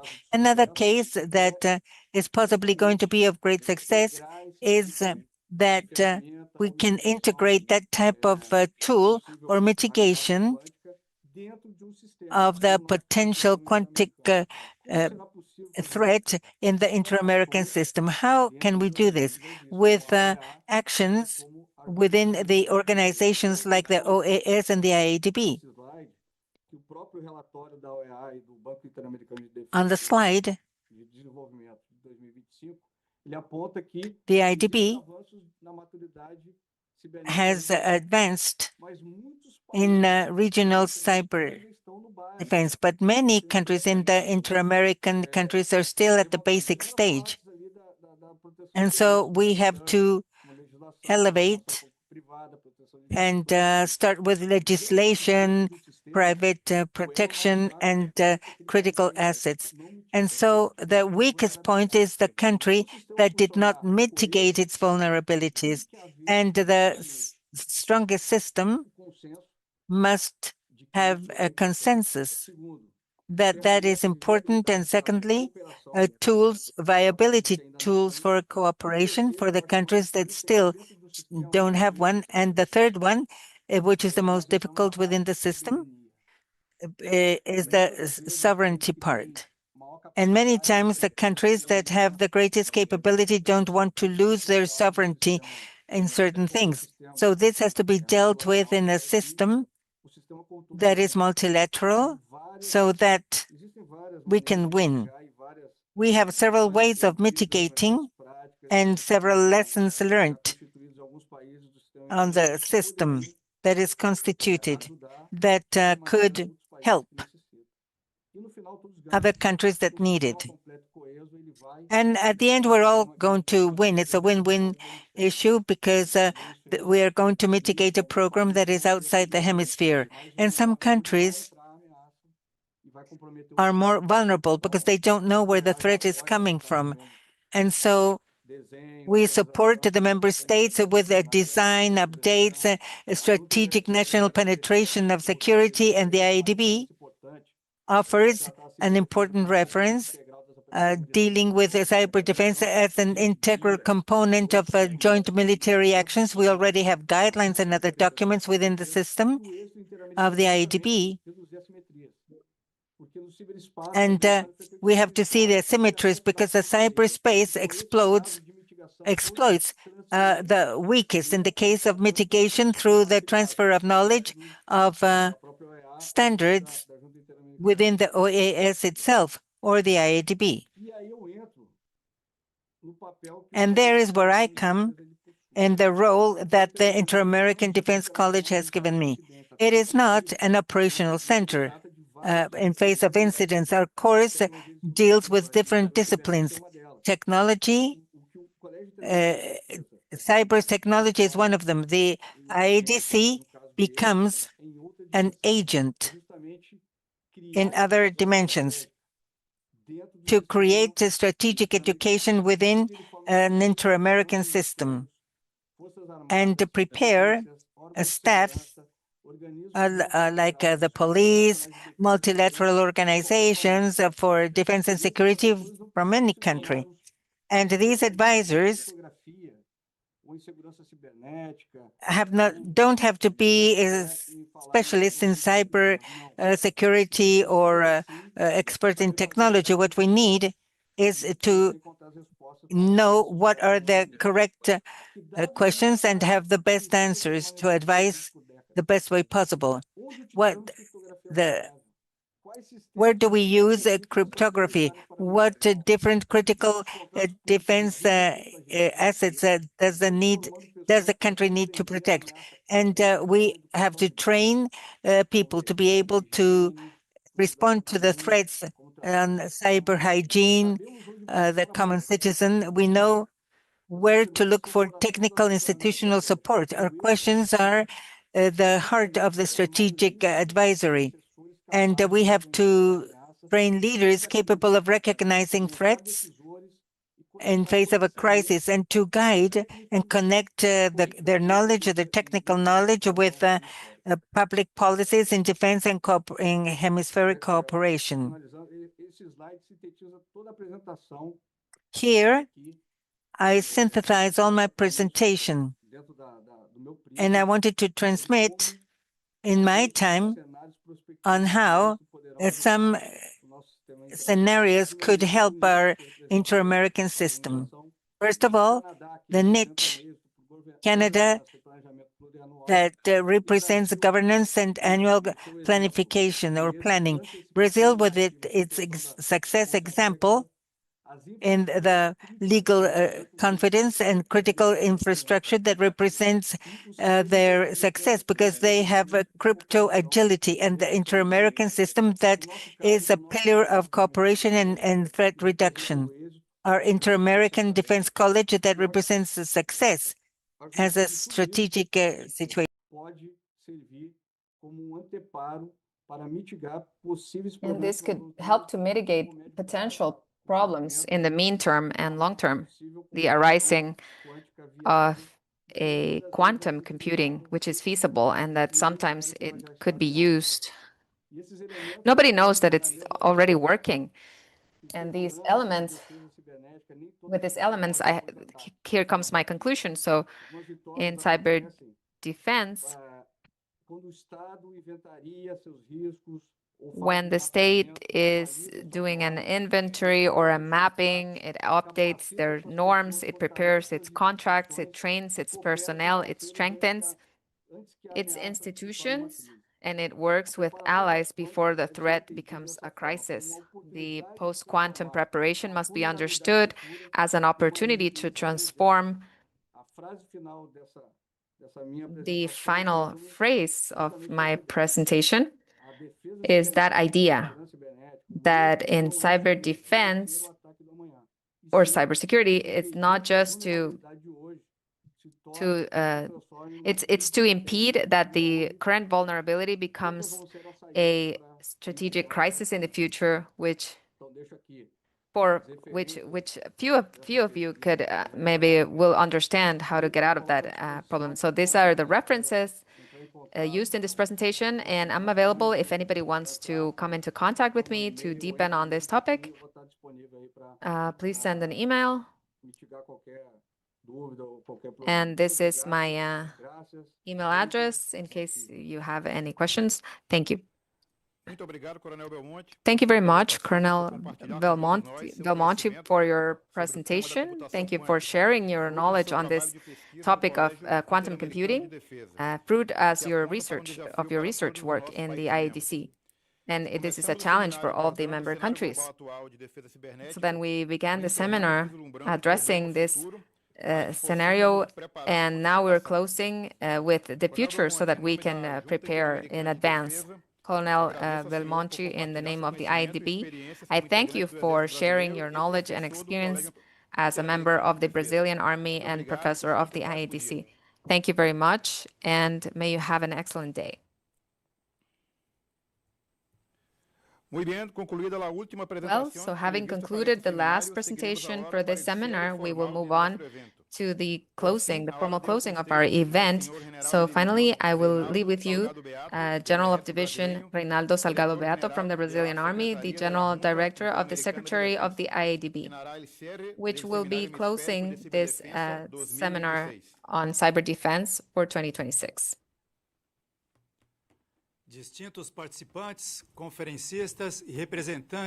Different participants, presenters, and representatives of the member states, good afternoon. Now, coming to the end of this seminar of cyber defense of 2026, I wish to express in the name of the IADB our acknowledgement to everybody who contributed to do this very important initiative of exchange and cooperation. So through this seminar, we had the opportunity to reflect on the different challenges on the cyberspace, which is an ever more dynamic and complex environment and strategic for security and the development of our countries. The presentations and discussions allowed us to increase our understanding on the different emerging threats, as well as to identify opportunities for cooperation and coordination among our countries in the hemisphere.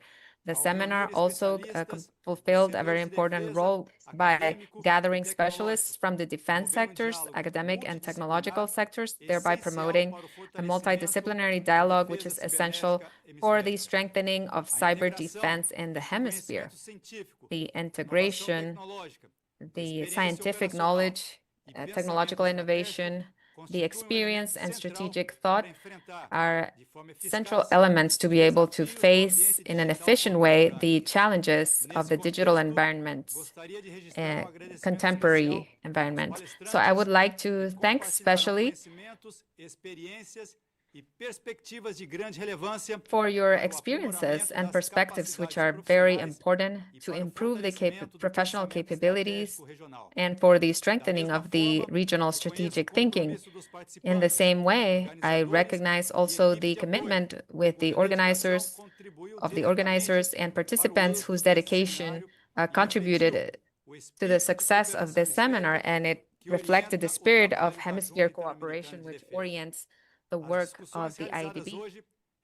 The discussions that we had today for cyber defense, it reinforces the fact that cyber defense is not just an exclusive responsibility of the government's organisms or the armed forces. It is a shared challenge which demands a coordination between the civil, military, and academic and technological environments, as well as permanent mechanisms of exchange of information, development of capabilities, and building of mutual trust. Through this seminar, the IADB reaffirms its commitment for the strengthening of the capabilities of cyber defense of its member states and promoting spaces of technical cooperation, exchange of good practices, and development in a scenario where the digital threats overcome borders and affect public institutions and private institutions. International cooperation becomes indispensable for preserving the stability and the security of the hemisphere. In the name of the IADB and of the Secretary of the Council of Delegates of the IADC, I again repeat my thanks to all of you for your participation and for this commitment proven throughout this day. With these words, I finalize the seminar on cyber defense of the IADB of 2026 with the full conviction that the knowledge and experiences shared will contribute to strengthen hemisphere cooperation and collective security in the cyberspace. Thank you very much. Muito obrigado, General. Thank you very much, General. I am thankful to everybody in the audience. My big thanks to all of you who participated in the seminar. Please respond to the survey that will be sent. Thank you and see you soon.